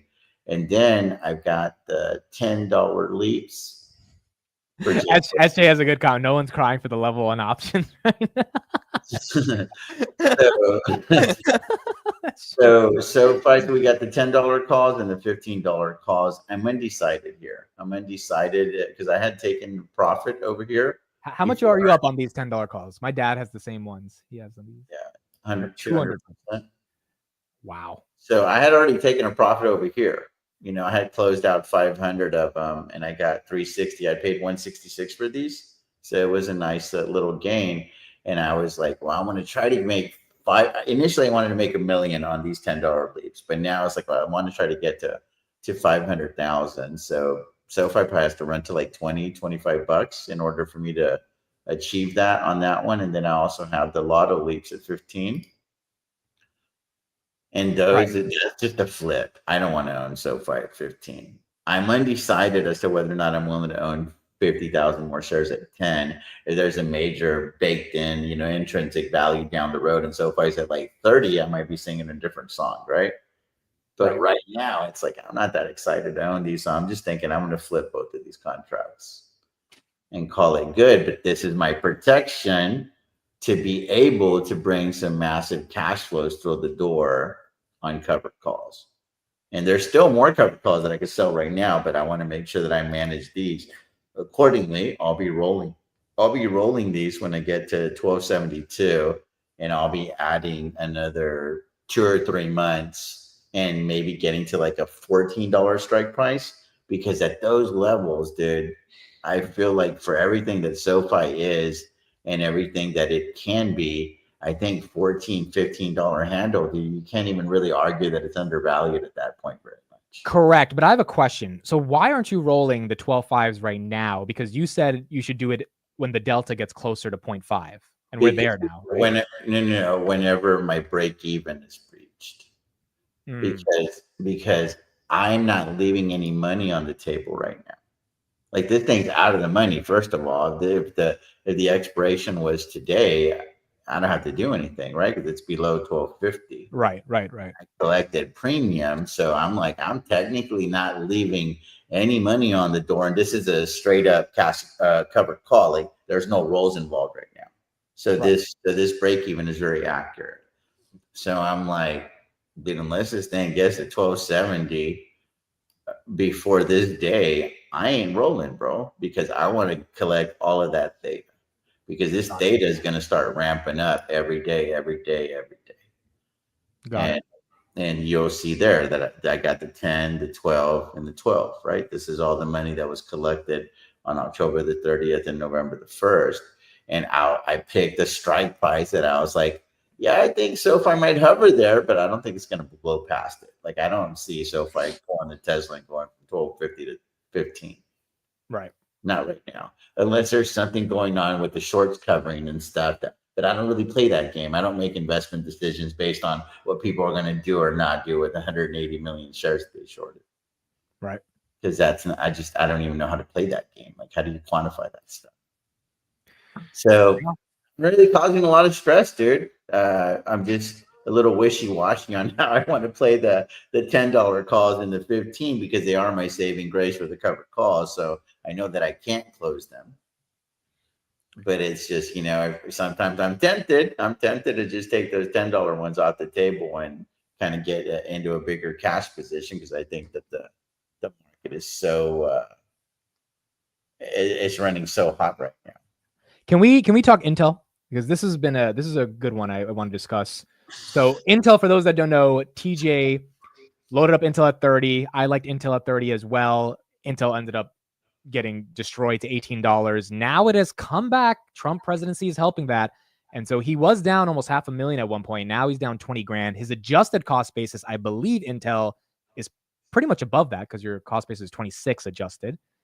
So Intel, the adjusted cost basis is actually $26.99. Okay, so just below 27 here.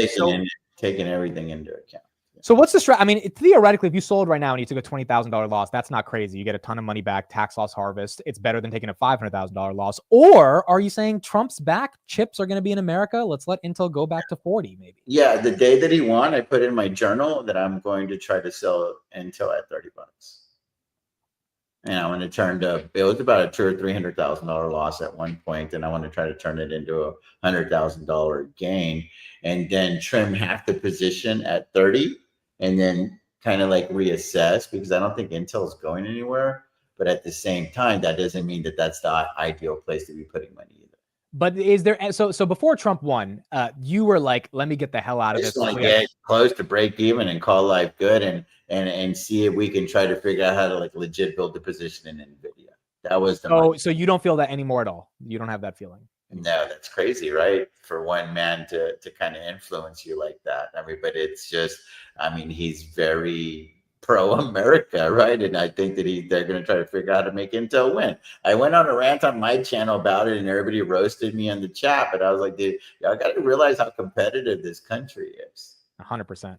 100%. It's a national security threat for us not to be building enough chips in the United States. And that doesn't mean Intel has to win, but you're on the right line of logic that one of the companies that could win is Intel, Yeah, I mean, I don't know, Qualcomm, I don't know how much do they have a lot of American ties or no? I honestly don't know. I'm not sure. Yeah, me neither. Actually, again, I'm not that familiar with the space, dude. There's a gentleman that comes on your channel. I follow his shit. Jose, yeah. But also Intel already has gotten a couple $2 billion from the government this year. And you have to trust in Pat Gelsinger's vision of rebuilding the company and transforming it, which might take years. But also, he did buy some shares, not a lot, but he bought 12,000 shares. And whenever CEO's buying, it's for one reason, literally only one reason, right? So I'm a lot more comfortable now. That I don't know exactly how I'm going to play it, but at least it's going to not be another end phase where I'm having like shotgun losses, right? Yeah. 'Cause I don't like a lot of losses on the resume, dude. It just really bothers me. I don't think anyone likes seeing losses. That's not fun. That's an ego thing, dude. Sometimes a small loss is better than holding on to a big loser. 100%. So yeah, so that's where we're at with that one. But I'm not loading the boat trying to go all crazy doing anything else with it either. What else do we have here that's part of our deal? This is how I played Amazon. See what you think, because I did roll those covered calls the other day because it was starting to get out of hand. So now we're sitting at 200 for February. So I feel like I'm just kind of on easy street, and I'm like hiding $1 million. That's really what I feel like this position is. Wow. I'm just like I want to have that money there that I don't even have to worry about, and I'm comfortable rolling these. $5 at a time, and then eventually I've got a 250 handle, and now I'm like, oh shit, do I sell? What's going on? Amazon will probably be at 300 by then. Like, that's the position that I want to be in. Like, I'm good with it because I wasn't in this position. This is a very recent position, so there's not a lot of emotional ties there. But I'm like, dude, if I could sell these things down the road at 250, 300, I'd call that a nice little win. And it was a very low stress position in the portfolio the whole time. Yeah, I think we got in Amazon right at the right time because you had operating margins explode for the first time in a while. Then you had Bezos basically say, I mean, he theoretically endorsed Trump without endorsing him by stopping the Harris endorsement from the Washington Post. And then Trump wins, and now it's just super pro-growth. And he got Amazon here. So 250 is not a horrible price if you have to offload 5,000 shares. Yeah, and I just got to keep, and again, it might take me a year or so to get there, and I'm okay. I'm okay with it, but I'm also not like selling Cathie Wood puts or anything because the premiums aren't that good. So this has just been a buy right strategy. Buy the shares, write the covered calls. Right. And that's all I'm doing. And then I'm babysitting the covered calls. At some point, if you want all that negative value to come off the books, you need to let it play through. Because whenever you roll a covered call, guys, or even a Cathie Wood put for that matter, like the best analogy that I've come up with, and I kind of did this one on the seminar stream on Saturday. It's almost like trading in a used car with negative equity every time. Right.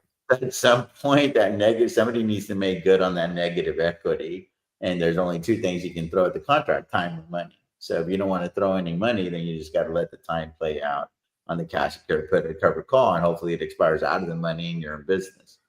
Again, if not, well, then at some point those shares are going to get put on you, or those shares are going to get called away. It's really that simple. Right. So okay, two things, TJ, real quick. So my uncle just texted me. He has a question for you because I think he's watching. So first of all, guys, Mizuho raised Robinhood from 29 to 34. Nice. So Mizuho just raised their price target from 29 to 34. I think this is the third or fourth firm that is in the 30s now for Robinhood. Second of all, he asked a question. He says, so do you believe that SoFi is definitely going to 15, or do you think you're not taking a chance beyond 15? Meaning, let's say SoFi goes to $15. Do you think it's so fairly valued you don't want to buy it there? That's why you have those covered calls? Or do you think it can get to 20, which is why you have those leaps on SoFi as well? Yeah, the reason I sold the covered calls was for cash flow because it was over $1 million that wasn't generating any income. And then my number one goal for the portfolio is to bring in 25% in captured premiums per year. Which is about 2.5% a month, roundabout. No, for the year. Yeah, so 2% a month. So 2 times 12. Yeah. Roughly. Yeah, so I try to bring in closer to 3, knowing that I'm going to keep about 2. Right. And that is the number one metric that I look at. Why? Because that's the only one that I feel like I can control. Everything else, I have no idea what's going to happen. But I know that if I'm willing to take calculated risks via Cathie Wood puts on stocks that I'm pretty fond of and bullish on, I know that I can bring in, with the amount of implied volatility that is in those stocks, I can bring in about 25% captured cash stick. So when SoFi was $10, the reason you sold that $15 covered call, I think on 5,000 shares, is because it was sitting there not doing anything, and you needed to collect some premium. Your mandate is not for SoFi to go to $50 and for you to make $40 a share. It's to get that damn 2% a month, 3%, and that's it. And you're unemotional about it after that.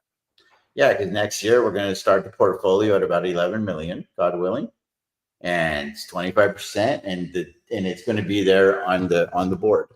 You see it on the board right here? Let's see. There you go. Yeah. So the thing is I'm always going to have it on there. How much premium have I collected? Because if we're at 10 million, the goal is how much have I kept? 2.5 million, right? That's the goal. So it's going to be like a freaking constant tracker because that's the only metric that I control. So, dude, I feel a lot better about the Robinhood situation now, by the way. We're sitting at the 5,000 shares. We have these cover calls at 30. We don't have to do anything right now.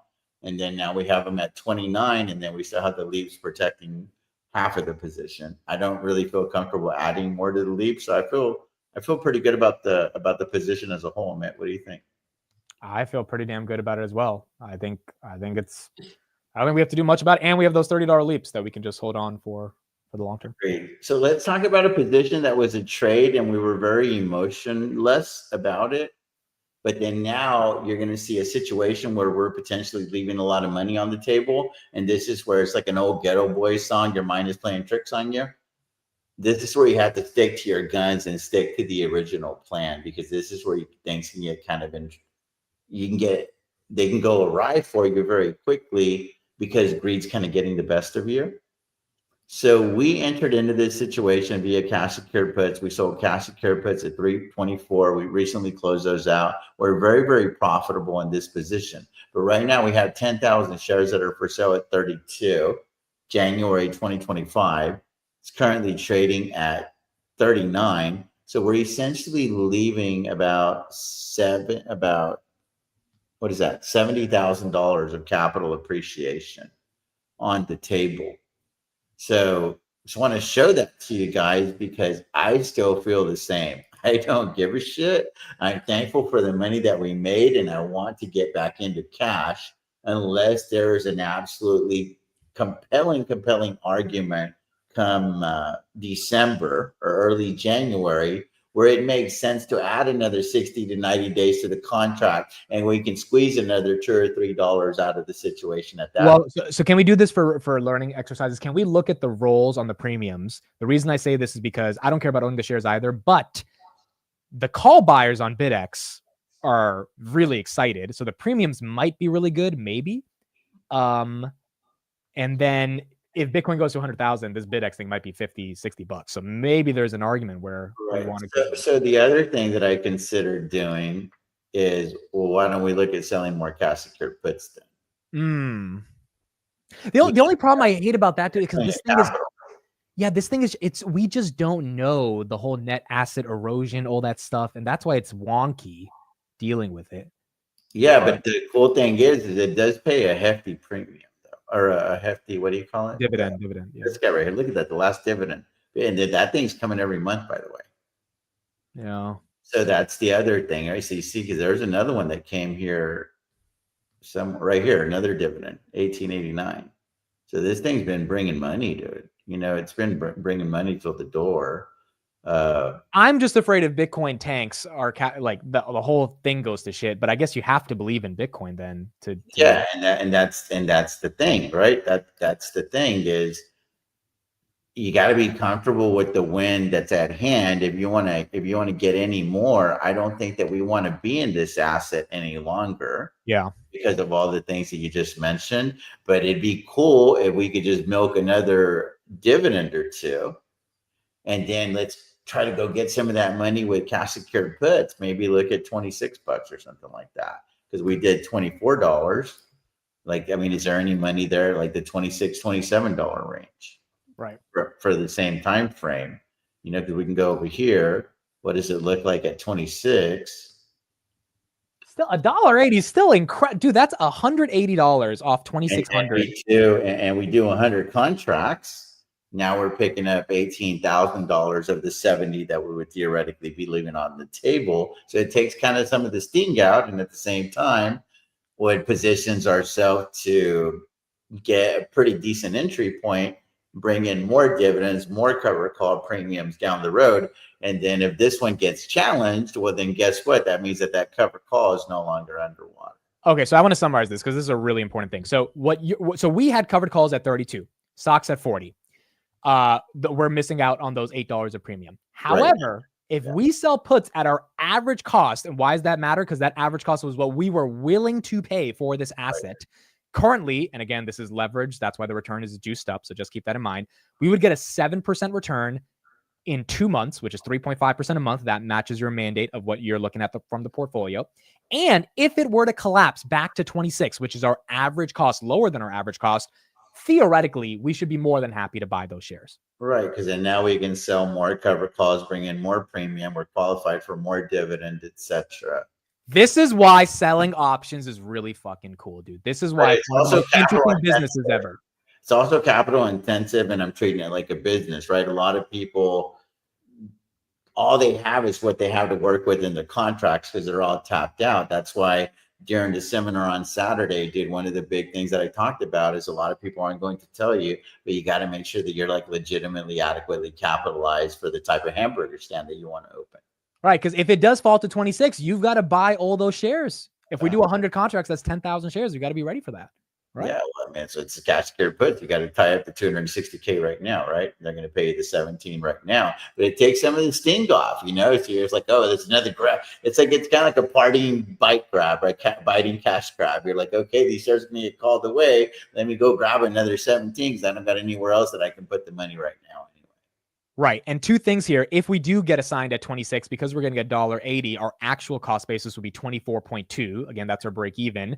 And it also makes us feel that we're getting a decent deal. On top of that, as you said, if we get at 26 and we can start selling covered calls above it, if we do get assigned, we can still collect some premium on the other way on selling calls. So do we want to do those puts? I like it. I was hoping we would go here. That's a 7% return, 18 grand off of 260 in 70 days. So do you like 26? You don't want to be more ballsy? Are you good at 26? Dude, I just don't understand BitX and the internal dynamics of it. So I don't want to get screwed if like Bitcoin has, if Bitcoin's flat at 70K or 75 and then it just tanks to 22 because of being flat. There's no interest there. There's more interest over here. We could do 27. Yeah, we could do 27. That's not crazy. So we go, it's 100 contracts, right? Yeah, so that'd be 100. Let's just try like 225 just to get it filled real quick. That would be 22.5 in premiums off of 270,000 in return. Let me just eyeballing it. So we may have to adjust it. We'll let it stew, see what happens. And now we'll just adjust it, call it good. So let's move on to something else. Let that one play out. But I like it. I like the idea. I heard you talking about Archer earlier. You want to talk about that? Yeah, we talked about it last week, and that stock's up like 30%. So let's look at that. So this is a real small swing trade that I entered into because I've been studying this space for going on 3 years now. I'm just really excited about it, but I don't know if it's an actual space yet because there's so much regulation there's a lot of unknowns in this country, but there's other countries that are more eager to dance. You know what I mean? And I like that Archer has that exposure in the UAE and Japan. There's other places that they're going to be in business sooner than over here because the FAA is kind of going to drag their feet and they need more of a proof of concept. So essentially got the 10,000 shares at 307. I've got them all up for sale at 350. They're in the underwater right now, but then I'm going to buy 10,000 more shares at $3. I feel at these levels, I can make money. I don't even know if I'm going to defend these shares. I may be more comfortable just increasing my strike price on the next round of cash secure puts, and I'm just cash grabbing because I feel like Archer isn't even going to turn into a real business until the end of next year. Dude, I was on their earnings yesterday and I was so confused reading the press release. I was like, where's the revenue? I was looking at it for 5 minutes and I was like, wait a second, they don't have any revenue. Well, they have a lot of people interested in stuff, but these are all just like pipe dreams. But I do think that the U.S. Air Force did take possession of one of these planes. I think. Don't quote me on that. And I think a lot of Japan wants to do something, and they got a lot of money ready to rock and roll. The UAE, some investment group out of Saudi Arabia or something like that is kind of in bed with them as well. So there's a lot of verticals there potentially for them. But in this country, dude, I don't know how long this thing takes. A, B, my biggest issue, and I still can't get an answer to it because I've got a buddy that's been on their little midnight plane, is where are you going to put the luggage? If you're doing all these airport rides, cool. Where are you going to put the luggage?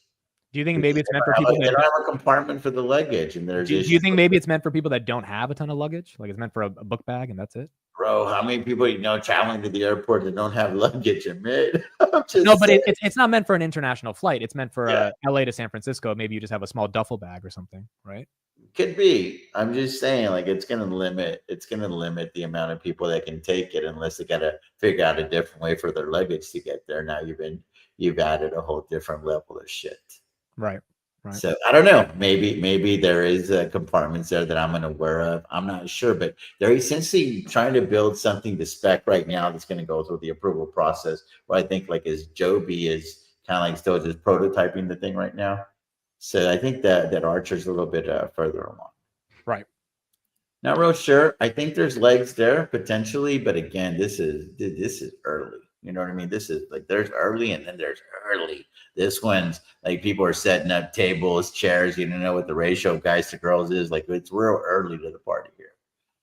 Can we look at Boeing? Oh yeah, dude, that's one that I'm super excited about. But it could become the new Intel of the portfolio. I don't know enough. So we got 25 cash secured puts at 150. So it's like right at the money. Just recently been in these things a week or two. And it's for 1220. So I'm just kind of letting it play out and you'll see that all the money right there that came through the door. So it's a very, very new position. How do you feel, dude? Because it's quite a bit of money, right? It's $15,000 tied up 25 times over. Yeah, 15 grand is not too bad. Boeing's at 150. I think we're getting to the bottom on Boeing. Could it go below? Yeah, but I think if it gets to 145, which is kind of my actual bottom, maybe 140 if it's really bad, we just roll it and we collect a credit and we let it get above 150 over time. Yeah. And hopefully the premiums are decent from that, you know? Yeah, this is a position and we tied up 375,000. It's not probably the greatest return, but again, whenever you deal with companies that are, you know, quote unquote, a lot more solid, they're, I mean, this one's kind of volatile right now because, you know, you got doors flying out of planes and shit like that. But what I'm saying is Boeing's not going to go out of business. Like everybody can agree on that pretty quickly, but they are talking about dividing the company up, right? And kind of like selling it in parts and stuff. So there's like a lot of stuff out there that it's hard to say, man. It's hard to say. Elon Musk is the first person in the history of the United States to be worth $300 billion. You think he'll be the first trillionaire? Do that as one of your little deals. Oh, 100%. I mean, who else is getting to it? I mean, well, Putin already. Saylor, baby. Michael Saylor got all that Bitcoin. Saylor's not getting to it. I mean, look, if Bitcoin goes absolutely nuclear, maybe. But I think from a real business, it's got to be Elon, bro. It's got to be Elon. I'm trying to get this thing filled real quick, dude. Sorry. Maybe we do 210 or do 250. Yeah, we got to do 210. We got to do 210. Good. We'll get what, 21 grand off 270 and we're filled 21,000. And now we got to manage this position. Yeah, but I mean, if you have to manage it, then that means you're no longer underwater on the other one, right? Correct. Yeah. The covered strangle. So guys, that's right. Elon, there's no one who's got to 300 billion before ever, right? Before Elon, like that we know of. Putin probably has a couple trillion or whatever, but Elon, I think, is the first person ever to get to 300 billion. So incredible. Yeah, pretty crazy. So anyway, dude, I think we're good. Is there anything else that you can think of? I think that's it. Any questions? You want to stay on for like 10 minutes and just answer questions? Yeah, I'm not in a rush, dude. I'm actually, I do have some questions that I could ask you guys because I am looking to clean up the portfolio quite a bit. And I have one specific situation that I wanted to talk to you about, and it was Enphase. I was thinking about doing a big tax harvest loss on it. Okay, so let's look at Enphase. What are you dealing with on Enphase? So I'm trying to annotate the. Elon was 300 billion in 2021, guys. So October 2021, he was 300 billion. So now he's back to 300 billion. How much did we get on the premium limit? 210? Is that what it was? Yeah, 210. So any questions in the chat, let us know, and he'll be on for another 10 minutes. You can ask us. Yeah, so there's BITX. I'm just trying to update my books, dude. If not, this shit gets away from me quick. All right. Kev Doc says, I have an 85 covered call expiry on January for TQQQ up 200% of the position. Should I just let it expire and take the profit or roll for more premium? Where's TQQQ right now? Let's see. TQs are at 82. You have an 85 covered call. I mean, if you have a low average on TQs and you want to let it go, I don't think that's the worst thing in the world. We also have to think, hey, in 2025, will the Qs perform the way they did in 2024, especially on a leveraged ETF? If not, maybe selling is not horrible. So I'm not sure that I understand the question because it's mathematically impossible to be up 200% on a covered call. So I feel like there's something that I'm missing there. I think he means the shares are up 200% themselves. Ah, gotcha. So then he has an average of like 30 or 40, something. Yeah, that's why you're a better test taker than I am because you read the whole question. His position is up 200%. Yeah, so our good friend Matt Money sold his TQQQ at 75 as well, and his argument was, I don't think the Qs will do as well as they did in 2024, and also it's leveraged. So if Qs are flat, TQQQ could still go down, and so if you're up 200%, if it was the Qs, I would say hold it till 2030 because it's the Qs. But if it's leveraged Qs by 3x, it's hard to hold on to that for the long term. Yeah, I think I'm locking in the win. Me personally, not financial advice, just telling you what I would do. Not what you should do, telling you what I would do. I would lock in the win because it's like having a call option whenever you own these ETFs, these levered ETFs. And I'm a fan. Y'all have seen me play really, really big with some of these leveraged ETFs. So this is what I'm thinking about doing, dude, on Enphase. This is just a tax strategy called tax harvesting. So essentially, Enphase has just been a pain in the ass for a while now, since October of last year, right? Roughly is when around your birthday, right, Amit? Yeah, pretty much October 27th. Yeah. So I've got 100 buys over here that I paid $221 for. And then I've got these cash secured puts right here that I'm actually kind of okay taking ownership because it's not that many shares. And then I'll just start building a position, call it good, just that I continue to monitor it. If not, I'll forget about it altogether. So I'm not talking about this one. I'm talking about the leaps that I bought. So I don't have any reason to believe that in the next month, this thing's going to start mooning. So I was thinking about taking a tax harvest loss on this portion of the position and then waiting for 30 or 31 days and then buying the leaps again. And I'm pretty sure I may be able to buy them for, maybe it goes up a little bit. I end up paying extra $5 for them, or it turns out that I just don't want to be in the position anymore after a month because I won't know how I feel until you go through this thing. It's kind of like taking a break from your girlfriend, you know what I mean? And then afterwards, you're like, you know what? I kind of like my freedom. You're not telling me what to do, etc. Overall, the position is down about 100 grand from start to finish if I lock this in. That's what the math looks like. Right. So the question is, would it be better to just add that 47,000 in cash? Because I have been bringing premiums through the door. There's the other thing. I've been selling covered calls against this position successfully, but now that it keeps going down and down and down, I'm going to have to be selling more risky covered calls. And then there's just a point of diminishing returns, right? So if you look at it here, you'll see where this is the best move I've made in my career was on July the 16th when I sold the 11,000 shares at 115. Yeah, this was a hell of a move. Drastically different, bro, if I don't make that move right there. You would have been down probably 600 grand, 700 grand, something like that. Yeah. It's a big difference, dude. Big difference. So I let those shares go. I bought the leaps before that. So I created a little bit of a wash sell situation there. And then I gave another 68,000 to close out the covered calls to be able to sell the shares because the technicals were broken. The company was just not performing, etc. And then I just started selling covered calls to try to at least get some of this money back, the 68,000. So I brought in 18,250, bought to close, brought in another 18,500. They expired worthless, got in another 14,000. Sold some puts, got 33.50, sold more puts, got 18.40, rolled, got 38.50, etc. And here recently, I had collected 15,500 on calls, and I gave back 500. So it's been a very successful poor man cover call campaign on the short call side, but the long call side is losing more than I'm making on the cover calls. I could just continue doing it because there's plenty of time on the clock, or I could just kind of help myself out because I had a pretty good year, and I could just lock in a small loss, or probably about $100,000 loss on end phase for taxes. And then I feel like there's not really a major catalyst that is going to have end phase going to the moon anytime soon. And people are like, well, what about the interest rates? Yes. Well, what about the president? Because I don't think he's that excited about this whole solar thing. It's hard to get him even to admit that climate change could be like a thing.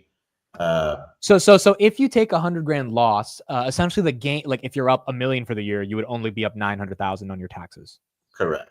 And right now the up is a lot more than that. It's approaching 3 million. Yeah, So, I mean, anything helps at this point. You know what I'm saying? Like if there's any losers on the books, those things need to get the hell out of there. The only thing here, so you're thinking of selling the calls or the share? You don't have any shares. No, I don't have any shares. I'm thinking about just closing the long calls for a loss. I'm still going to get put 100. Whatever it is, the shares at 100. So I'm going to have those shares, and I'm still going to have 1,000 shares at some point at $100. And then I was thinking, if it's at like 60, well, shit, I could just go buy the 4,000 shares at 60 and then sell cover calls on those because it's a lot less capital, right? At $60 if it bottoms out there. Like I feel like in 30 days, this thing's going to find the bottom. And then also the interest rates have come down, et cetera. But I listened to the last earnings call, bro, and I just didn't think it was that good. Yeah, because the only reason you would sell would be to take the tax loss, because theoretically, if you hold on, you have a lot of time on the contract, end phase could come up. And what's your break even? 100 for the calls to be? No, this thing is the $100 strike, and I paid $220. Yeah, so you would need a double in the stock within a year to break even. Yeah, 144. Yeah, I'd probably sell at that point. Yeah, I mean, it's just hard to imagine. I mean, I don't know, dude. Maybe it's a short-term reaction to Trump, but if this is a serious reaction from the market around end phase, they're not happy with solar. And Solar Edge was also down a lot as well. And then I think Solar Edge had good earnings. Well, no, they lost $15 a share. The market thought they would lose $1. But like still, Solar Edge was already down so much coming into it. It was like, Yeah. So this is the issue with this whole thing is my wife told me from day one that we don't need to be in end phase because we have Tesla. So you got to hear it from her. That's the problem. That is the real issue here. The issue is not losing the $100,000, bro. I did more than that on IDEX and PaySafe and fucking the money I left on the table on Meta. That is not the issue. The issue is having to listen to her that I was right, for the next year, probably. That's the issue. I mean, but that hurts more than $100,000. I'm telling you, bro. Hurt more. And she knows how to jab. You know what I mean? She knows how to jab. Yeah, I could imagine you guys are just like randomly walking through a neighborhood. You see some solar panels or something, and she's like, "See the other houses? No solar panels. You know why? Because no one gives a fuck about solar." And she just rubs it in your face. The issue is, and I actually talked to my wife about it. She's the econ major or whatever. She's a little smarter than I am. Here's the thing. She goes, there's only two options here, baby. Three options. One option is to do nothing, keep selling covered calls. The second option is to lock in the tax harvest. Or the third option is to double down on your leaps and average down on those leaps if you really believe. I don't recommend the third option. Correct. I don't either. That's the thing. But she goes, if you're not willing to double down, though, why are you willing to even hold it?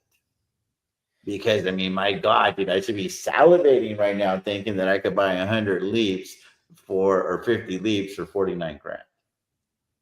But I'm just thinking I don't even care anymore because I lost my luster for the company a little bit over the last two earnings calls. Yeah.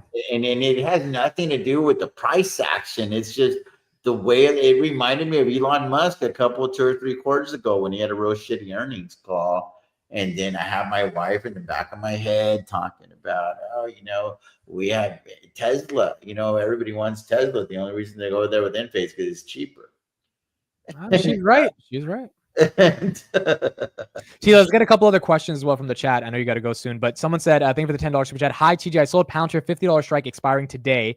Cost was 50 cents. Now it's worth over 7. Holy crap. That's a hell of a return for the call buyer. Where would you roll them, please? Would you sample for February 25th, 55 for 7.90 premiums? So he would cover the 7. He would make 90 cents in credit if he did that. Yeah, that's not a horrible. Or you can look at just going from like 50 to 51, etc. Like, what is your objective? You want to maintain liquidity? Because if you want to maintain liquidity, maybe rolling out of February is not the best idea. And what do I mean by maintaining liquidity? You want to reserve your right to be able to sell these shares for a profit. This is where it's real important to know whether or not you're legit long the stock. If you're legit long the stock and you don't want to do what's called a Band-Aid trade, like roll incrementally, you want to just like fix the trade, then you're on the right track as far as that goes. But now if Palantir comes crashing back down to 35 or 40, are you going to be angry at yourself? If the answer to that is also yes, then I don't suggest doing that. I don't suggest doing that at all. Right. I would suggest maybe rolling out a couple weeks and trying to get another 50 cents and working your way that way, knowing that if this thing starts crashing down, you want to close out that covered call and sell your ships. Right. You don't have to admit that on the stream because we're on a very bullish Palantir channel, but there's a lot of people that are looking at taking some profits here because 100%. This thing is run up, a year or two ahead of its time, right? 100%. So there's that, so you have to be honest with yourself, dude. And sometimes that's the hardest person to be honest with. One more question for you, TJ, and then I'm good, dude. I'm not in a huge hurry. Okay, perfect. I'm just looking at trying to like not have so many positions in the portfolio. So William says, I have 400 shares in Kava that I entered via selling 4 puts with a $125 strike, and I got assigned. I sold 4 $140 calls expiring today that I'm now 1K underwater on. Roll or sell the shares? Well, if you're bullish on the stock, the answer is always to roll. If you want to own the shares and you want to maybe get in a situation where you've owned the shares for over a year, there's also those tax implications where you can graduate from short-term gains to long-term gains. But because whenever you sell options, you're always going to be taxed as ordinary income, right, on those options. Yeah. But whenever you own shares, you can graduate from short-term to long-term once you've owned them for a calendar year. So it just always depends, like, am I long the shares? And if you're asking yourself, because you're considering maybe the idea of being into cash, forget about the money that you're leaving on the table. Look at what are you going to do with the money that is on your table, like is on your plate, right? Everybody looks at all the food on the buffet line. You're not eating all that food. You're only eating what's on your plate, right? So what are you going to do with the money that you have? Like, what are you going to do with your cash? That's correct. Robinhood, by the way, $30.22. Absolutely exciting. It's all exciting. What are your thoughts? What are your thoughts on the market as a whole, bro? I mean, how many more legs do we have? Because we still have the Santa Claus rally and all that shit. I mean, I just feel like, dude, there's not a lot of deals to be had. Like, I still have $1 million that I was trying to deploy via cash grab. Thankfully, you helped me out with this BITX situation. But I mean, dude, there's not a whole lot of things that I'm like super excited to sell cash secure puts on right now. I've been thinking of this question as well, because we know there's a Santa Claus rally that tends to happen. We know that interest rates just went down. We know that global liquidity is increasing, which is great for a lot of equities, definitely good for Bitcoin. The thing is, I expected a market to be happy for Trump. I didn't expect them to be this happy. And I think because the Republicans got the Senate and the House, the market actually thinks Trump can get some shit done because he has all 3 branches. So I feel like this, like, here's the big question. This is for everyone in the chat as well. Do you think this is 2021 level euphoria? And if you don't, then I think we've got room to go higher until we get to that euphoria, which might happen in a couple years. If you do, then you sell, you get the hell out, and you take some profits. From what I'm seeing, TJ, look at this watch list I had yesterday on earnings. Most of these companies are down because they had some crappy earnings. And so in 2021, nothing would go down. right? Like Neo was at $60, bro. Neo was $60. Like, so I don't think it's the type of euphoria we saw years ago, which means I think there's more room to run. I think Mag 7 are going to keep being Mag 7. We're going to get cash flows, buybacks, net income's going to increase. And so I think being long is not a bad thing at all. They're saying Palantir hit 58. You're supposed to ring. Did it? Hold on. Where? When did it hit that? Where is it? What? Where did you get that? No, we're close. We didn't hit it yet, guys. Some of your brokers might have shown it, but 57.99 on Webull. We got really close. We didn't touch it. Let me see if the resistance is heavy there. Palantir at $58. There are no, we didn't touch it. There's 44,000 shares, so we didn't break the wall yet. So, I mean, TJ, what are you thinking about Palantir? Give me your raw thoughts on the valuation, all that stuff. Forget your covered calls. What are you thinking about the actual stock itself? Yeah, I think that it's definitely expensive, but they also had a pretty amazing earnings, and they also had the market sentiment is very, very high. And then also the other thing that I think about with Palantir is there's a lot of new money in Palantir. So in their mind, they're just getting started. So I think that what I suffer from a lot is investor fatigue when I've owned shares for quite a long time. But you gotta remember that this Palantir ticker is very new to a lot of investors right now. I want to say that I saw something that the institutional ownership is climbing drastically over the last couple of 2 or 3 months, because this is a very retail controlled, retail heavy stock, right, for the most part. And then that's starting to change a little bit. So I don't know, man. I don't know. I think that Palantir is definitely here to stay. Do I think that that pullback is in order? I think it would be healthy for the stock. I think that it would be healthy for the stock, and that if it hung out at like the $45 range for at least till the next earnings report, because if not, it could start getting maybe kind of meme-ish, if you will. But it's hard to categorize something as a meme stock whenever it's got some pretty damn good fundamentals as well. Alex Karp seems really, really excited and whatnot, but at the same time, the fucker keeps selling a lot of shares too. I'm just, you know what I'm saying? I don't know if he's giving us a little bit of a blueprint. But he's selling in this, and there's people that are willing to buy, and we know it's not retail. I'm telling you. I'm just saying the dude on a personal level is very, very liquid today compared to like 2022. 100%. You know, you can't give me that, for tax reasons, dude. He's more than covered his tax bill. So I don't know. You know, I don't know. I mean, should you be looking at taking stuff off the top? I think that this is the hardest thing in the market. It's easier to buy at the bottom than it is to try to sell somewhere at the top, because I think FOMO is such a big thing. It's hard. It's hard to lock in wins. And then, well, the tax implications as well. You know, it's the people that I talk to, they can't fathom this $120 billion market cap for Palantir. But I said this yesterday. I think there's a world in which OpenAI got 150, and now the public markets are like, all right, well, Palantir is has as much potential as OpenAI. So why is that not at 150? You know? Yeah.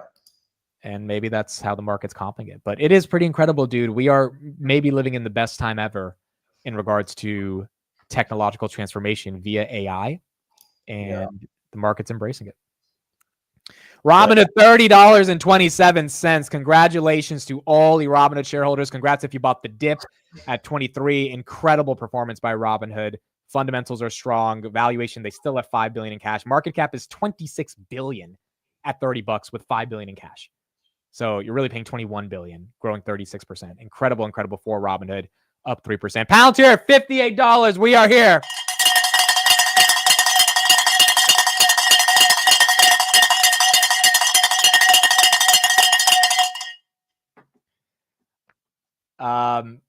TJ, if you want to stay on, we can give a call to someone.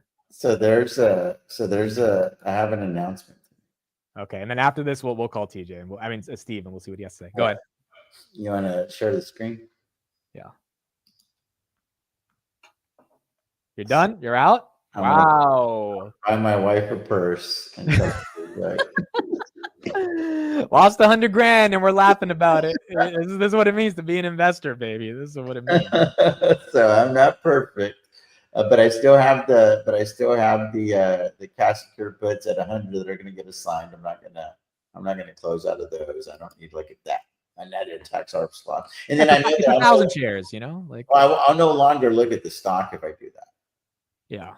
And then I'll, wait my 30 days because I don't want to do any wash sell action. But if this thing were to go to 50, I could easily see me picking up 4,000 shares over there at 50, because then at that point the valuation becomes very attractive. Because the other thing that I looked at is Enphase is still kind of an expensive stock even down here. It's their growth has slowed down. So yeah, but at 9 billion, when they had the growth of a year ago, well, their profitability went down also because of the growth. So yeah. So I'm just saying, it's not like you can even say that it's a fucking bargain. Yeah. I'm just saying, I'm using very simple metrics, right? But it's one of those things, man. What's the PE on Palantir? Not that it matters at this stage in the game for them. 293. Are they the most expensive stock in the market right now, or the S&P 500? Dude, they have a price to sales of 49.7. Forget what's PE. The average of the market about 15 to 17, maybe. Less than. I mean, for tech stocks, it's like 8 or 12, I think. So expensive is an understatement. But we were talking about this as well in the morning. What's the next Palantir? Dude, sometimes these companies are so generational, all the money goes to them because you can't find something that's even close to it. So Palantir and Tesla. I mean, does Tesla really deserve $1 trillion right now? One could argue, after FSD really gets ramping, yes, but market's piling in because they think that's going to happen. Same thing with Palantir. So 317 on Tesla. Can I ask for y'all's help right here? Maybe the people in the chat. If you could only have 12 stocks, that's it. And you just weren't allowed to. It's illegal or whatever, right? So we got 1, 2, 3, 4, 5, 6, 7, 8, 9, 10, 11, 12, 13, 14, 15. There's 16 stocks. You can only have 12 by the end of January. What 4 are you cutting? So say the question again. You have to cut 4 stocks out of the 12? By the end of January. Okay, so let me say it again. SoFi, Riot, Palantir, Amazon, PayPal, Tesla, Intel, BitX, Hood, TSLL, Crowd, OpenDoor, NVIDIA, Archer, Fubo, Joby. Which 4 would you get rid of, correct? That's the question?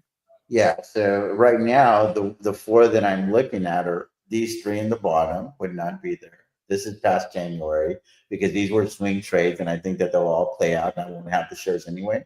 So there's that. And then the other one was going to be, I don't think we'll have BITX anymore. And then I was going to try to ride with TSLL a little longer, but then now I was thinking, okay, let's just say forget 12. What if you needed to get to 10? What 6 are you cutting? Okay, the reasoning behind it, let me just give you a little bit more color. The reasoning behind it is because I want to run the covered strangle on every single stock next year. So I have to own the shares, sell the covered calls, and have cash secured puts on them the whole time. That way I'm mathematically going to win one side of the trade all the time, manage the other side, to just try to do monthlies the whole year, and then do about $3 to $4 million in cash grabs for the Wheeler segment. So like do a cash grab 30 to 45 days out. The next week, 30 to 45 days out, another $1 million cash grab.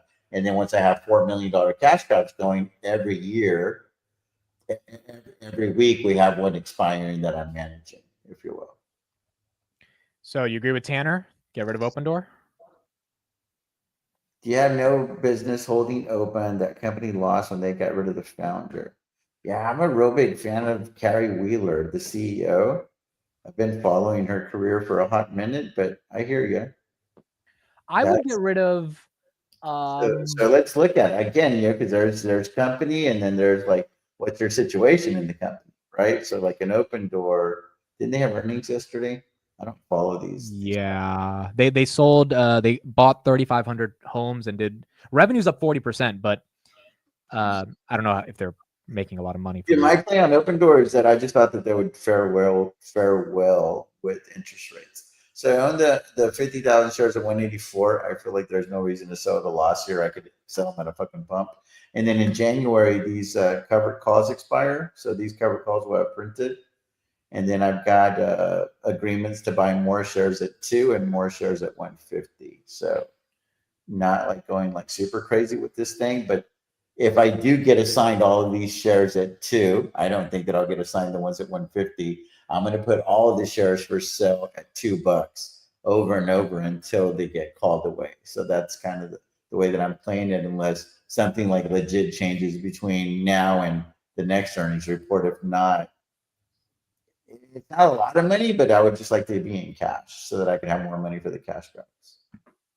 Yeah, I mean, because it's such a small stock in terms of its price that going up or down on the swings doesn't affect you that much. Well, it does if you have 100,000 shares or something. But so there's that one. Archer and Joby. I just saw opportunities to swing trade them, dude. And it's working out with Archer. It's not quite working out with Joby just yet. But like the Joby situation is, I think 5,000 shares at 554, so down a little bit on those shares. But I've actually got those shares for sale at 550, and then I've got an agreement to buy more shares at 5. So the money that I'm making here will offset this 7 cents or so the 4 cents that I'm losing for selling the shares, and I also got cover call premiums. All in all, it would be a profitable position, and I would just exit stage left. But that's a swing trade. That's not anything that's going to make it in the portfolio. Oh, I was going to say this to you. Why the hell are we not getting Rocket Lab, bro? The covered call premiums, maybe because it's juiced up, but they're good. I owe 20,000 shares of Rocket Labs in the $2. So, but you sold them. I don't own. So now it's an ego thing. It's an ego thing right now. No. I'm saying I don't sell covered calls on them or anything because I don't really understand the company yet. But Matt and everybody keeps talking about this. Think you can going. Dude, here's the thing. I haven't done a lot of research either, but I trust Matt a lot. Like Matt's a smart fucking guy. I mean, like, and if it dips back to $8, we buy that dip. Yeah. So what is it? What is it at right now? I mean, it's at 13. Kind of. I don't know. I mean, look, it's run up a lot. It's run up a lot, so you could argue that it's expensive for that reason. Yeah, my shares are up like 400% or something ridiculous. But those are in what, the Webull portfolio? Those are in a different portfolio. Yeah, I've never had a 6x in my career, and I was just like thinking, I wonder if I could like hold on to these things and get that 6x. Because I know several people that have had 10x's. I've never done any of that stuff. Never, not even my Intuit, my very first. Like the first stock that I ever owned was called Intuit. I think that I sold it right over 500% return, and it would probably be another 3 or 4x since the time that I sold. So it's just one of those things. I've never held something long enough individually. Yeah, this one's definitely run up a lot, dude. I mean, could we even do something with this thing? Yeah, let's see if there's any put. I would like it at $10 at this point, but I don't know if those. You have to probably go way over here to make any money. Yeah, dude, it doesn't pay a lot. Oh, but it's not. Hold on, 55 cents is not horrible. That's 5%. Yeah, but that's over 70 days. Well, so let's do the math. So 5% divided by that's 2.5. That's your mandate, right? If you want to get aggressive, I guess 11. But 5.5 divided by 2 months, 2.75. That's better than what you want. So what do they got going on? I mean, how much money do they have? Dude, I don't know shit. I just know Matt Money has made some money. Get him on here, and let's make a compelling argument for selling. No, well, the thing is, I've done. They have to dilute mathematically. I know that they have to dilute. I looked at the balance sheet. Hey, maybe they don't. Maybe they're gonna have more launches. They're gonna grow out of it. They're not gonna need to dilute. Maybe I don't know, dude. Yeah, I feel like it's straight up gambling because I just don't know enough about it. But come on, if we were going to gamble on anything, let's gamble on Matt's pride and joy, right? Versus Open Door. But he also knows the right price. You know what I mean? What about that company Enovix? People are all up on Enovix. No, I do Rocket Lab in a heartbeat over. I don't know any. Enovix feels like a startup that's public. Rocket Lab feels like a company that is growing into being a legit public company. What about this one right here? We have 300 shares of CrowdStrike, and they're for sale at 275. I was just thinking about, I mean, if I could roll them and the math works out, I'll keep doing the 280, 285 and keep playing that game for a while. But let's do it. Let's see if there's any good premium. I mean, maybe today's not the best day, but well, no. Let me ask you a question. So its expiration is 11/22, but the stock is so in the money. Does it make sense to wait for more theta to roll? Well, the only risk is you run risk of early assignment, right? So we're about 97 delta. And I had already rolled these October the 9th. So you guys will see that. But let's assume there's no early assignment. Would we still be at risk of rolling earlier than November 22nd? Yeah, well, I mean, you're obviously collecting all that data right there, right? Yeah. And it's going to escalate as you get closer to the expiration. So, saves you a little bit of money, but I mean, if you want to try to get, like I went from 270 to 275 by adding another month. So that's kind of the way that I've been playing it, right? I'm like, well, if I could make a little bit of money and go another $5 another month, if that roll continues to be there, I'll keep taking it. If not, I won't.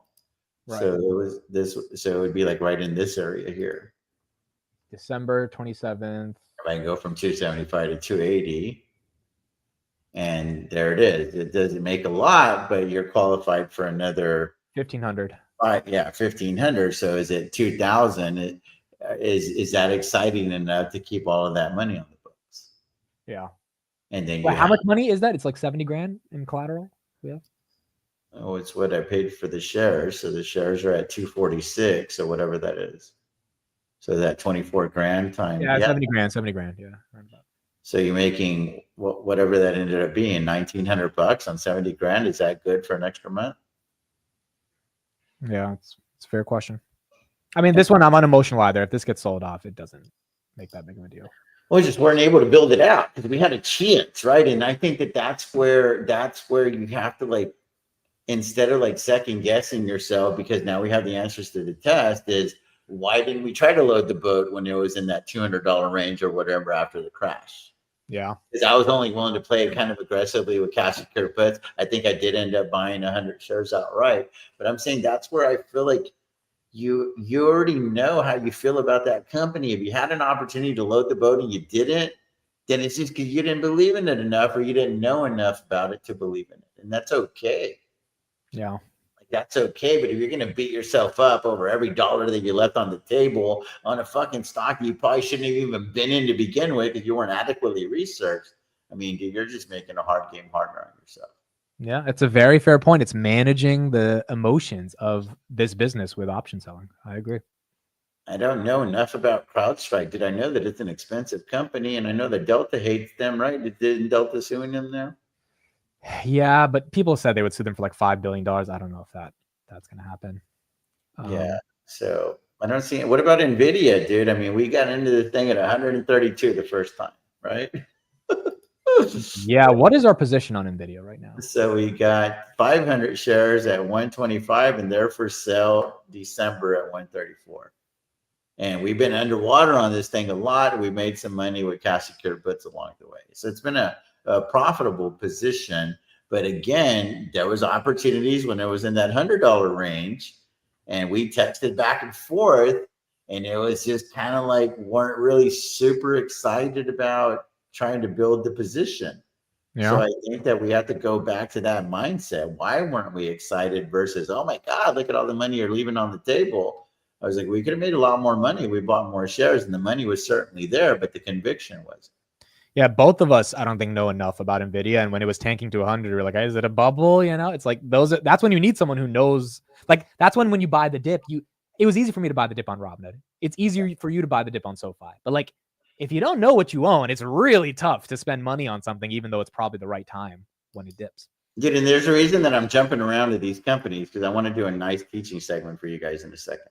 Like, I'm not rambling on. I'm about to teach you guys something that can really, really help you guys out in your career.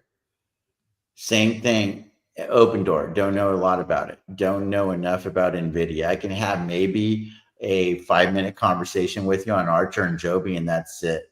Fubo, I can maybe have a 45-second conversation with you. Seriously, they fucking stream sports, bro. That's kind of what I know, and they're like in trouble with like lawsuits and shit, dude.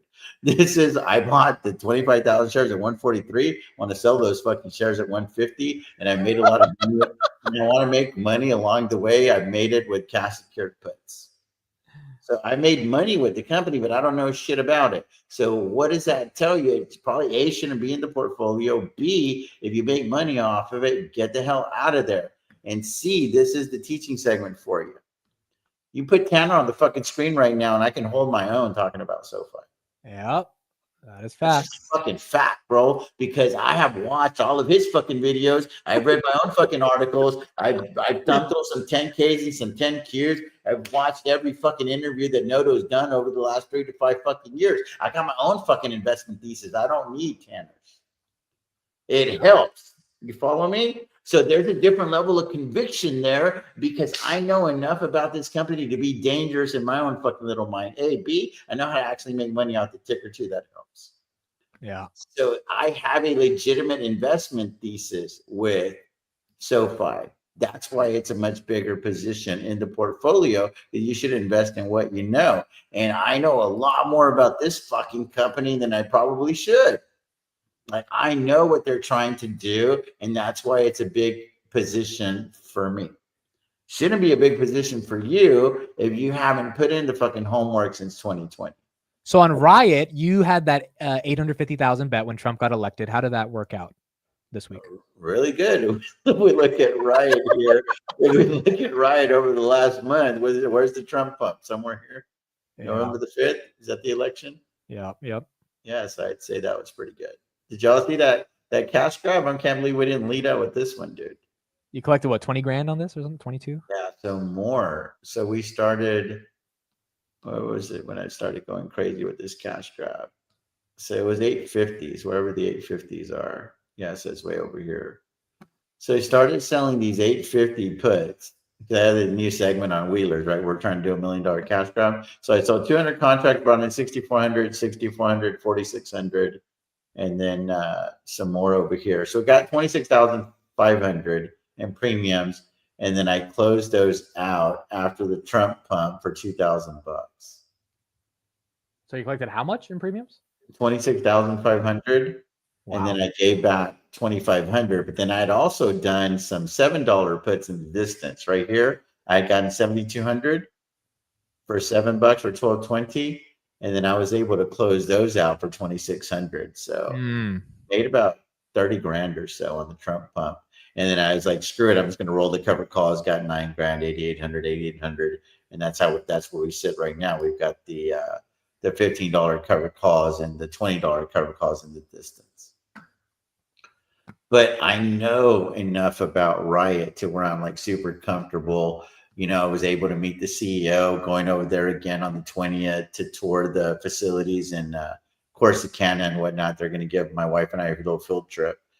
And I know that they're positioning themselves for this HPC AI thing that's going on with the miners as well, because that's a static way for them to make money versus all the volatility of just mining Bitcoin and stuff like that.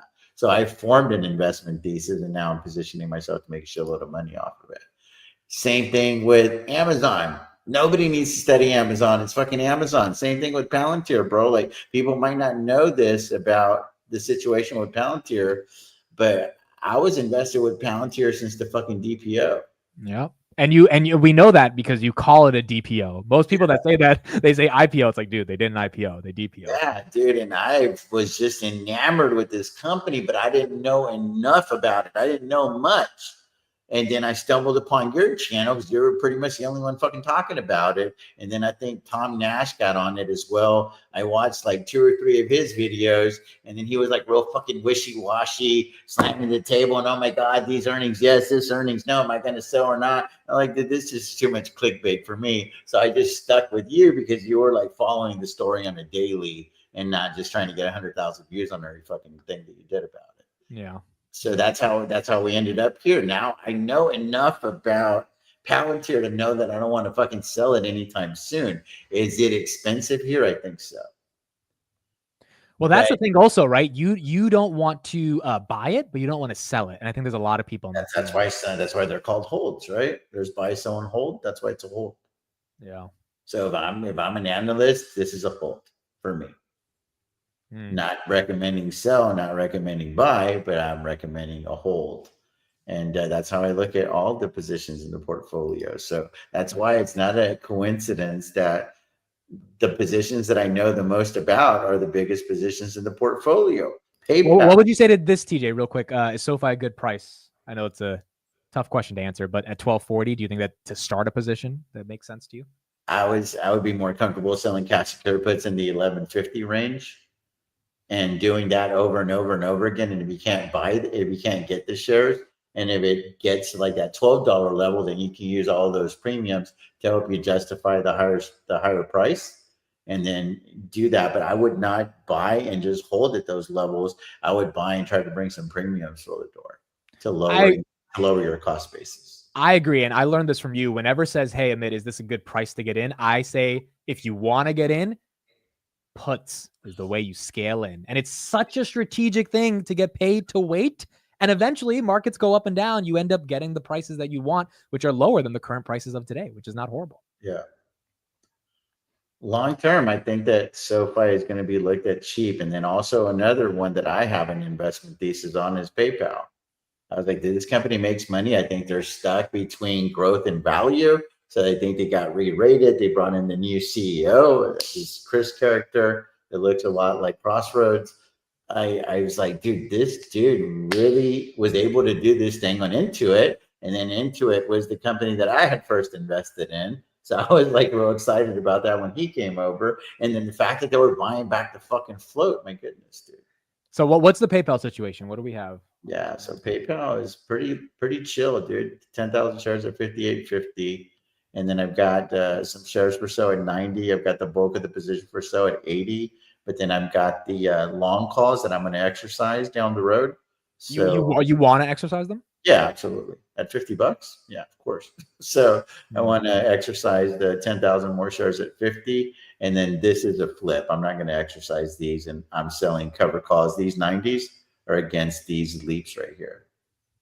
So I'm just bringing cash flow. And then eventually I want this one to pump. And I want to, once I'm out of those covered calls, I'm hoping to make maybe 50, 60% on these leaps right here and call it good.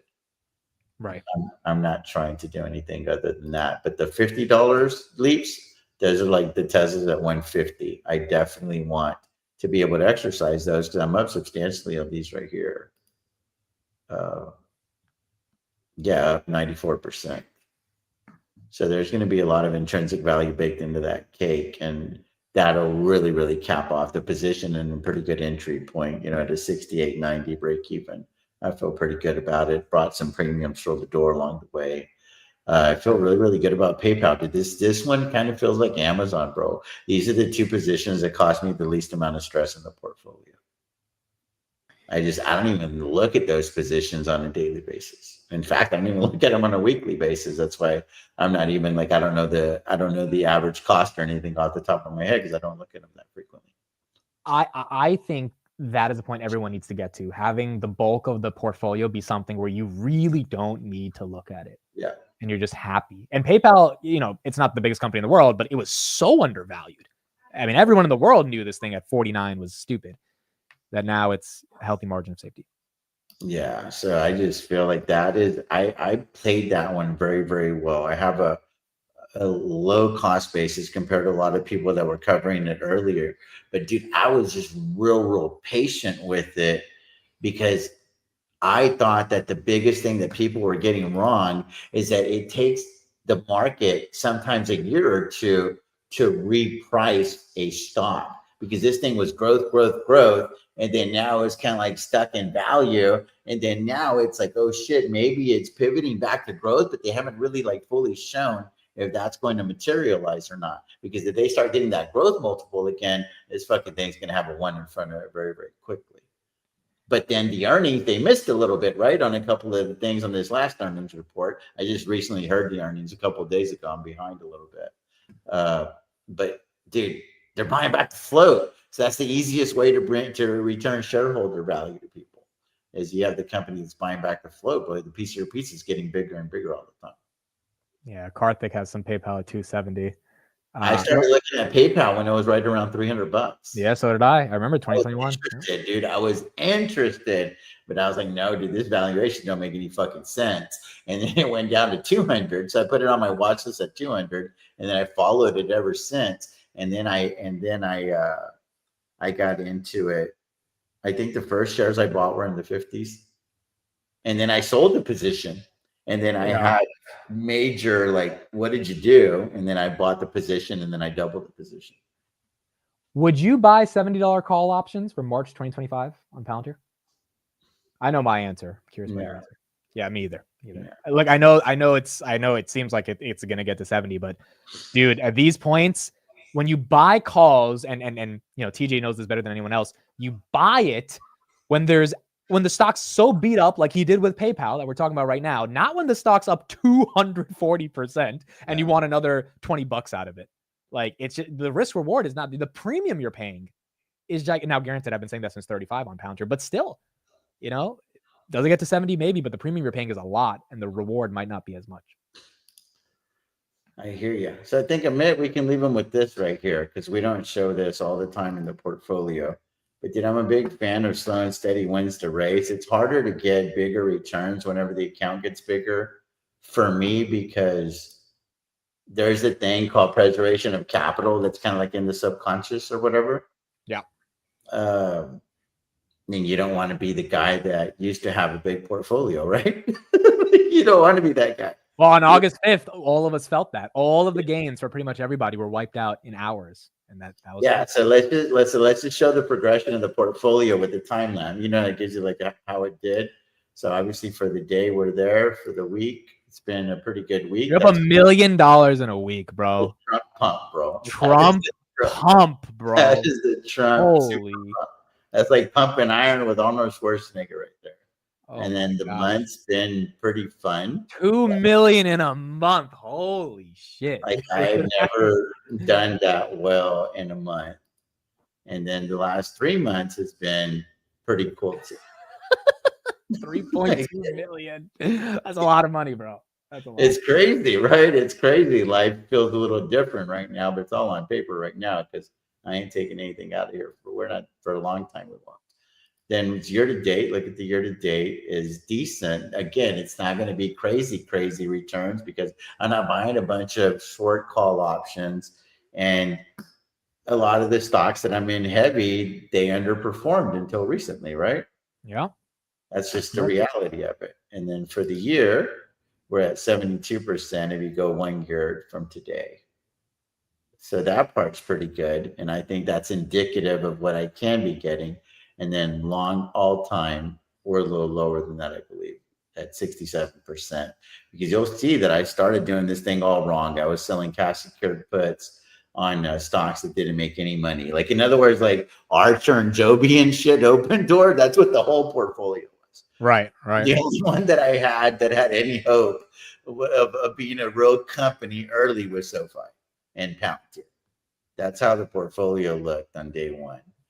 And then I was just like, okay, let me start looking at Tesla. Let me start looking at Google and shit like that. So I started bringing profitable companies into the mix to help out. And then we started going up. And then, there's been some drawdown along the way. So this is when I was it's like a checkup from the neck up. Like, am I going to be good? Like, I have to start am I going to really try to build the right position, etc. The SoFi position getting crazy with it. And then all of a sudden it just went bonkers. And it's a lot like a growth stock. Like I had this mentor from BlackRock and he said, if you're going to wheel or sell puts and calls on a growth stock, your all-time chart should kind of look like a growth stock. Right. I mean, that's what it has to look like if you're in the market. Right? I mean, think about it. Think about it. And he goes, it's going to be real flat. It's going to be real choppy. And then all of a sudden, inflection point. And that's kind of the way that it happened for me. So then now I'm like, okay, cool. Well, how do I shore up the portfolio? That way this thing doesn't go to like $7 million. So that's where I look at the buying power situation.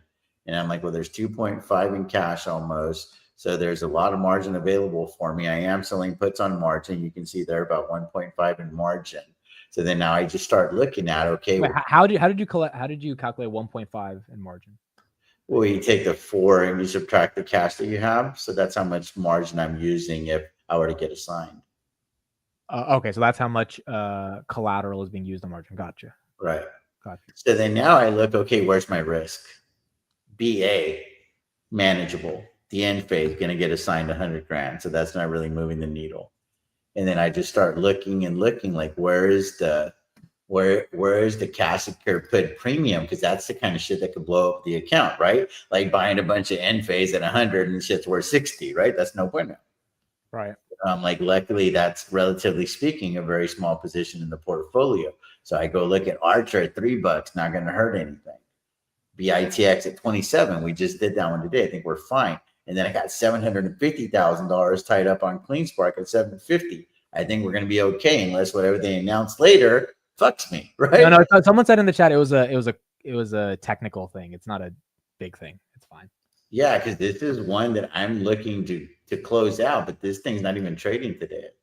Yeah, it was a clerical error for people that were buying the warrants, so it shouldn't be like any market moving news or anything. So I thought that what happened is they acquired a company recently. No, that's what people were thinking would happen.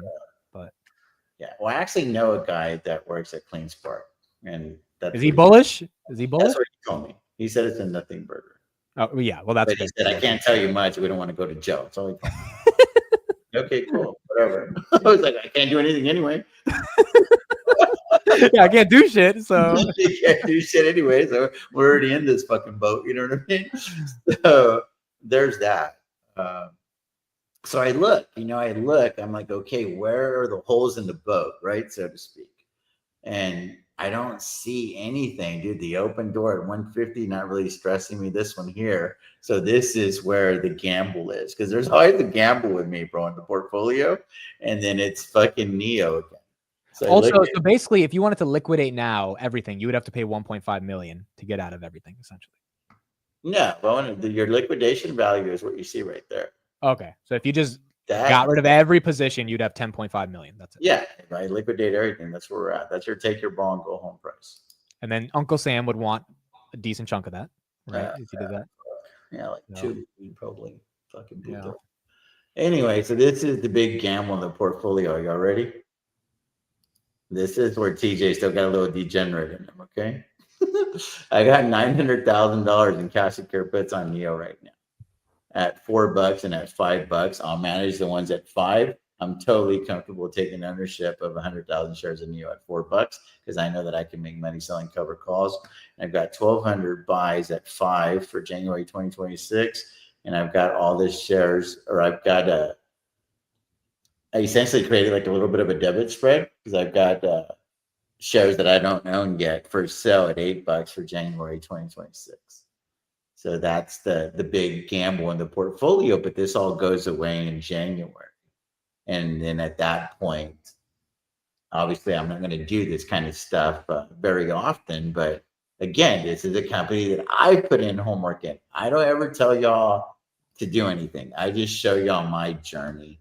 And I'm super, super bullish on Neo. They're going to Saudi Arabia, and they're trying to do some things over there. They're expanding in Europe, and I'm just very bullish on battery swap technology. I think they'll be able to license that technology and bring a lot of high margin revenues to the door. I think they're about 1.5 years away from profitability.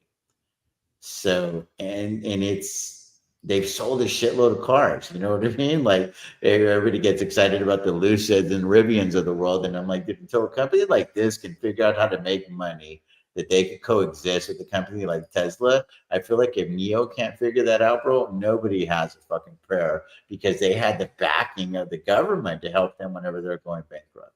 Well, China stimulus investors just have to like get on board with it. Right now, they're still not on board fully, but if that happens next year, which it should, then I think you get out of this position pretty easily. Yeah, and it's something that has printed for me a lot of money. But other than that, I don't see anything, dude. The CleanSpark 750 trade's not stressing me out, and then the rest of the cash secure premium is way over here. And now this thing is showing accurate numbers. Last teaching segment. I know we've gone long, but we don't. No, this is good, bro. Put a W in the chat if you appreciate it. I think a lot of people are. We're addicted to this shit anyway, so let's just. We're some junkies, bro. This is not fucking watching ESPN talk about LeBron and the Knicks. This is fucking real ways to make money at the end of the day. What would you guys do right here? Because I had a plan going in, but then now it's like the plan changes a little bit, right? Because I didn't expect to be making so much money so quickly. So we tied up to 1.4. We showed it earlier. Now we're up, quite a bit of money. I can actually put in an order. You see the spread is so big. I could probably put in an order here in the $1.08 range to close out, and that would probably lock in a big win. It'd be like 50,000, I think you'd lock in. No, dude, more than that. So like if I did it at like 110, it's gonna of course tell me I can't do it. Oh, maybe it would say. So wait, hold on. So how much would you make if you paid 275 right now? About 75 grand. And I've only been in this trade since 926. But how are you getting 75? Where is that number coming from? Because I take the premium that I collected all right here, and it's addition and subtraction, right? So I take all the premium that I collected since I entered into the trade, which was October the 26th, I think. So it shows all of this premium that adds up to like 350. And then I'd have to give back the 275. Right. So you'd net 75, yeah. In about a month and a half or whatever. Which is pretty, I mean, that's not bad. And then I get back into cash. This buying power goes to like 6 or 7, right?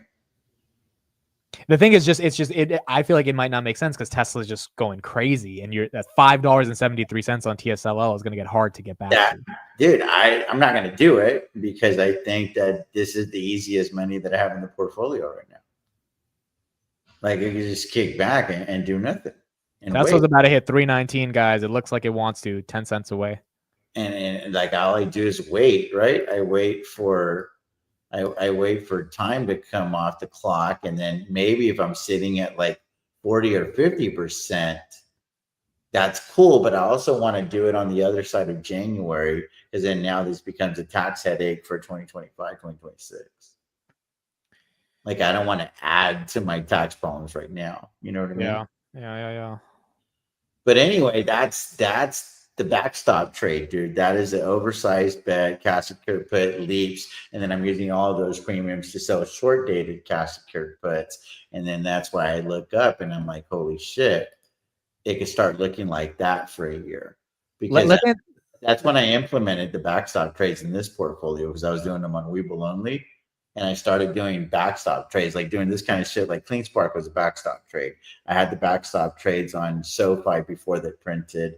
What exactly is a backstop trade? Can you say? So it's just an oversized cash secured put in the distance, a leap. Okay. But then I'm using all of that money, and this is my terminology. You're not going to find this. It's a synthetic long, essentially.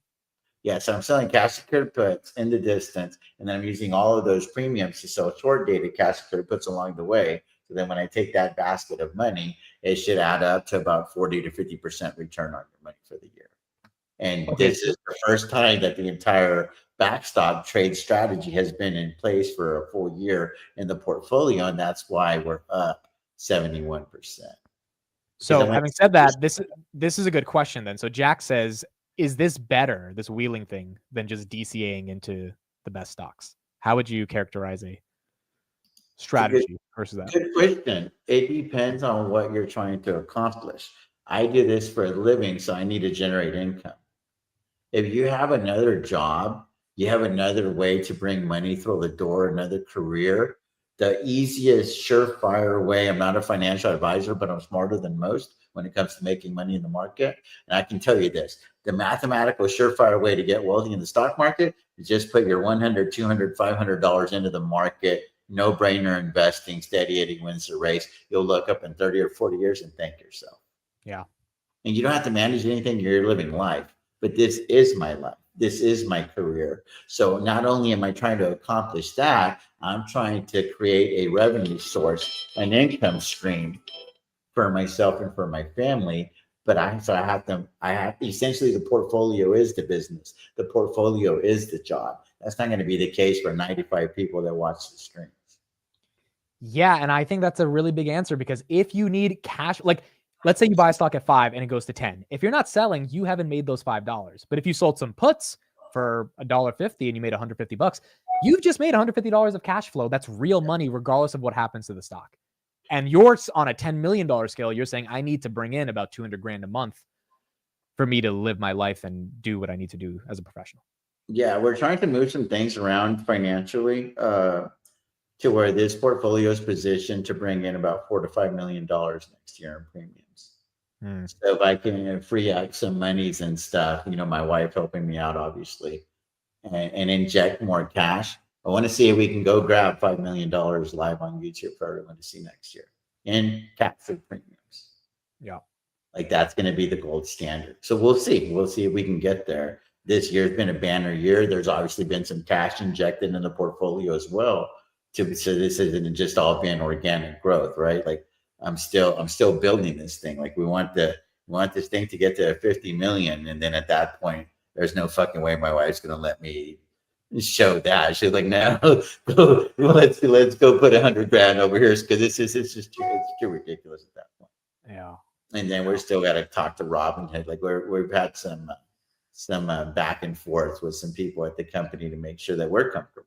Yes. No, you got to. When you're managing that much on the platform, they've got to give you the right assurances to know you're good. Yeah, but I don't know Vlad. Obviously, you kind of know him, right? Because you've interviewed him a few times. But I feel like they're a stand-up company, bro. Like I know that the shit felt a little shady early on, but dude, Robinhood was also very immature when that was going on, dude. Yeah, Vlad was a young guy, dude. He's like 30 years old. He wasn't really that mature at that moment either. So. Yeah. So it has been a hell of a progression for them, and the fact that you're able to manage this much money on the platform and feel comfortable. And Derek has a lot of money. I mean, he uses Robinhood all the time to trade, and he's got a lot of money as well there. So more and more wealthy people are feeling comfortable. He's got a lot more money than we do. Yeah. Hey, he's bullish on Archer too, dude. Just saying, bro. You might have something here with this Archer thing, dude, and the Joby thing. Dude, Yeah. That's how traveling is going to happen. I mean, think about it, dude. You're in Los Angeles. You can go from Los Angeles to freaking San Diego in 15, 20, 30 minutes. My goodness, bro. Right. Like, I mean, dude, this is just super, super, super exciting. Somebody's asking what percentage of portfolios on options. I actually have, it's a really, really good question. I have that on the tracker here. So I have this thing called the investor overview, because I do this for the hedge fund as well. So this is something Bill White put together for me. If you can show this right here, I'll try to make it a little bit bigger. Is that a little better, Amit? Yeah, that's good. Okay, so this shows the market value. This shows the cost of the shares, the market value of the shares. I have to update this at the end of every day, so I won't do that. So this is as of yesterday. So this is what's paid for the shares. And then this is the cost of the leaps, what the leaps are worth. This is the premiums that have been brought in via covered calls that are open options. And this is premiums that have been brought in via cash secured puts that are current open options. The cash secured put collateral, this isn't taking into account the puts that we just sold on BITX, because I haven't updated this. If it's yellow, it's a manual entry. So then here it gives you the percentage. So 55% in shares, 9% in leaps. The premiums outstanding on covered calls is 2.5%. The cash secured puts is 21.6% when you add in the options collateral, and then the cash on hand is 11%. So the market value is wrong because these numbers should actually be negative. The market value should essentially equal your net liquidation value, which is about 10.5 right now. We just saw it a little while ago. Total deposits, and then the margin used right now that's how much margin I'm using to sell cash secured puts, and that's the margin. That's the number that exceeds the cash balance in the account. So, and then this is the total premiums collected. Buybacks, this is about a month behind though. I got to update these numbers. So books are everything, dude. I run this like a business. That's the most important thing. Running it like a real business, I think, is like the way you have to navigate it, So the goal is to be less than 50% in share ownership. That's why I was making the asking like, what would you cut or whatever, because I want to be at like 40 to 50% in share ownership, because that's going to minimize some drawdowns for me. Right. If there's a big correction. And then the reason I want to get rid of some of these shares, because let's say there is a macro event, black swan, whatever. SoFi gives us another opportunity in the $8, $9 range. I've already seen what it could do. The writing's on the wall. Well, shit, maybe I want to add another 50,000 shares. Where am I going to get the money? And then also I need to make good on these leaps, right? I know that I got the PayPal leaps coming. I know that I've got the SoFi leaps that I want to execute or exercise, and the Tesla. So there's got to be cash for that. You know what I mean? Right. I'm looking at all of those things because some of these positions are about to get bigger. So whenever you buy leaps and you intend to exercise, you need to make good on that money because you don't have to have that money in reserve right now. Right. It's different. It's different than cash and carry puts. So anyway, man, hopefully that helps y'all out, man. My intention is to come in here and not to boast and not to gloat, but to actually help you guys out. Do you mind if I plug my seminar? I went 3 hours for you guys last Saturday. For the people on the channel, it's the live that's gotten the most views on my little channel, like 3.5 K views. And guys, there was a lot of people there. There was like 300 people there. There was a lot of people. If you want to learn how to sell options, that part 1 is where you want to start. And then part 2 is coming next Saturday. But it's for people that are like legitimately want to do it for a business. I'm going to go like just drill all the examples. Like, why is it a cash grab? Why am I rolling, et cetera, et cetera, et cetera. So that's going to be probably about another 2 or 3 hours. And then after that, there's going to be a part 3. And that's where I'm going to be asking Amit and other folks that are familiar selling options. And I need them to ask me between 10 and 20 questions, because it's going to be the frequently asked questions segment of the book, because I'm using this seminars and artificial intelligence to essentially help me write the book called Manufacturing the Win with TJ the Wheel Deal. Which is really cool that you talking and Google's Notebook LM is just going to boom, turn into like, that's pretty dope, bro. And I've sent it to you, bro. Like it's coming around like legit, like the information that actually sounds really, really legit on the thing. Yeah. So anyway, if you guys want to participate in that, I appreciate you guys. I got to get rocking and rolling, man. Also, real quick, congrats on 15,000 on Twitter. So if you want to follow TJ on Twitter, that is I think you were at like 1,000 maybe a couple months ago, maybe in the beginning of the year. So yeah. This is incredible. 15,000. It's not easy to get 15,000 people's attention, and you're doing it, and you're only going to keep doing it. So. Dude, and there's like 10 people that are using the same picture that I got going, and there's like TJ the Wheel Deal, and like, what are y'all doing, yo? There's like, a lot of accounts. There's a lot of them. Crazy, bro. These bots, they got to get that shit under control. And then I don't have no Telegram. I got none of that shit, dude. So if you guys do get on my Twitter, don't fall for any of that crap, dude. That stuff is going on the channel already. Yeah, I love it. All right, TJ. I'll see you next week. Thank you again for sharing your wisdom with all of us. We're grateful. Take care, man. Take care, guys. Take care. Bye-bye. All right, guys, we're going to end out in just a little bit. We do have that new Palantir video, so we're going to watch that. Carp 5-minute interview with a new, I believe, employee is what it is. Someone who's in university right now. So let's take a look at that, and then we will end out for today. You want the coat or without the coat? You tell me. Formal or casual? I think the coat's going to be more charismatic, but no, take the without the coat. Actually, let's do without the coat. Okay, tell me about yourself. I'm Akhilesh. I grew up in India, go to school in Iowa, study. Where did you go to school in Iowa? Iowa State, Ames. Good. It's a suburban town. Yeah, I know Ames. Yeah. And what did you learn? What did you learn there? What do you study? I'm a double major in math and CS with a minor in aerospace. I'm Ethan, and I went to Middlebury College, a community college, and Michigan. Oh, wow. Yeah. So how did you go from Middlebury, a language school, then to community college?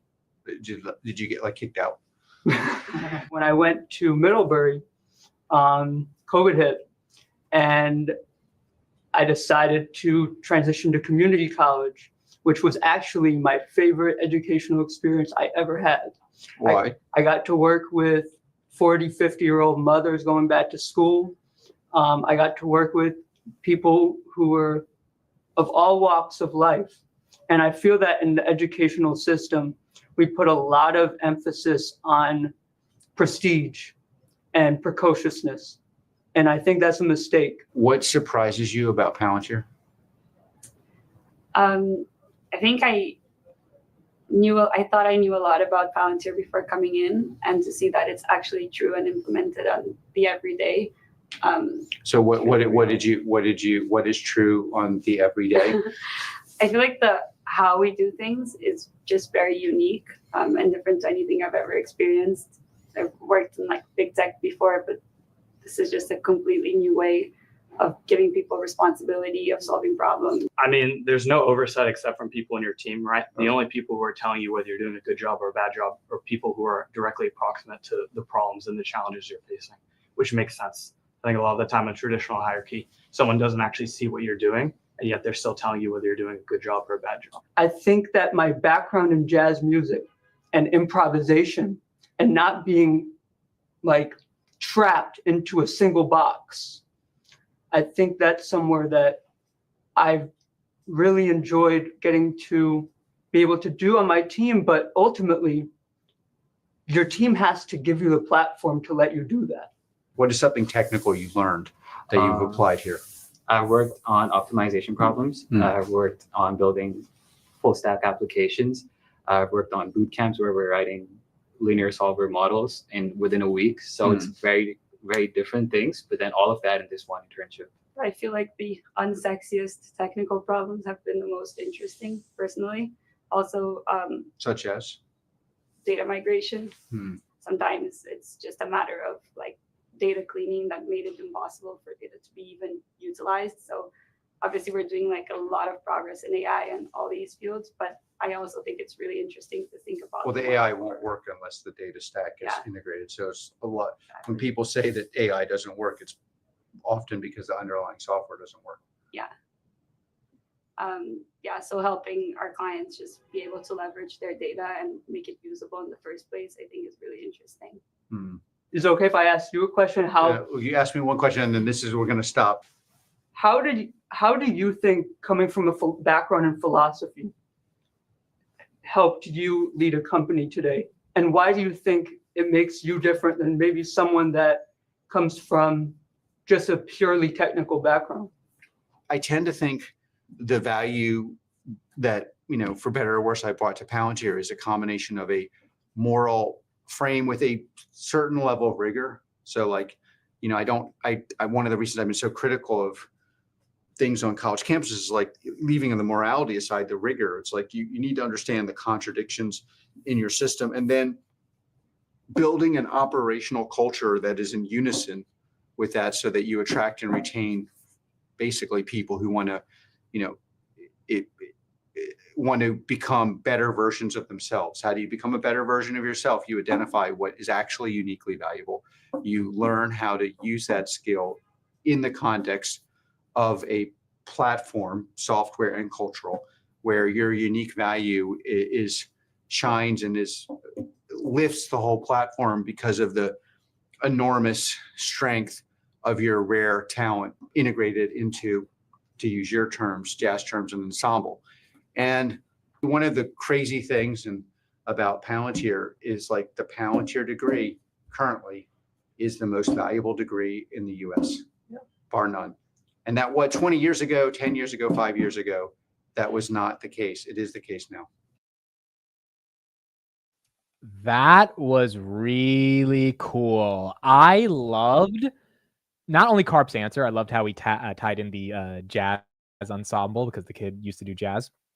It's just, there's a level of charm that you have to be able to take someone's answer and then make a metaphor around the terminology of their answer to like incorporate into your answer. And that's like very charming. I could imagine, dude, imagine him in a sales call with a fucking Fortune 500 CEO trying to sell $50 million worth of software. Like you need that type of personality and it's one of one. It's very hard to have that.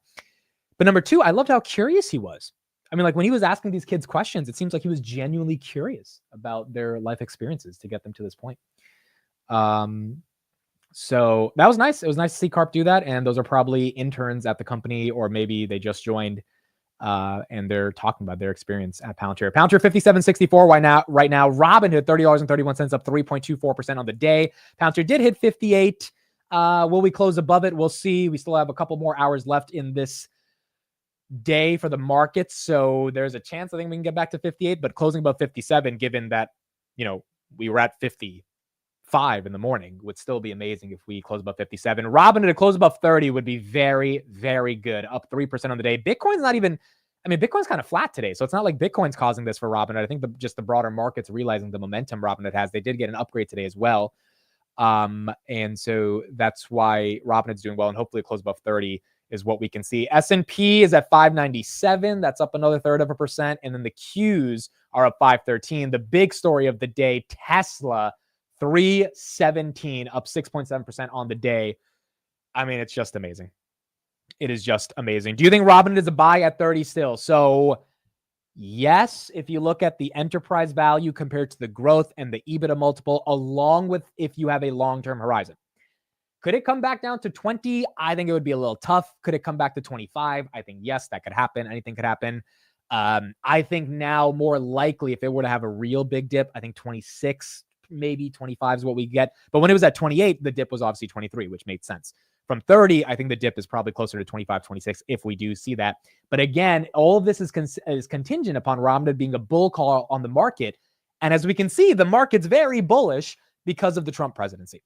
So for the long term, I think Robinhood's a triple-digit stock. I really do.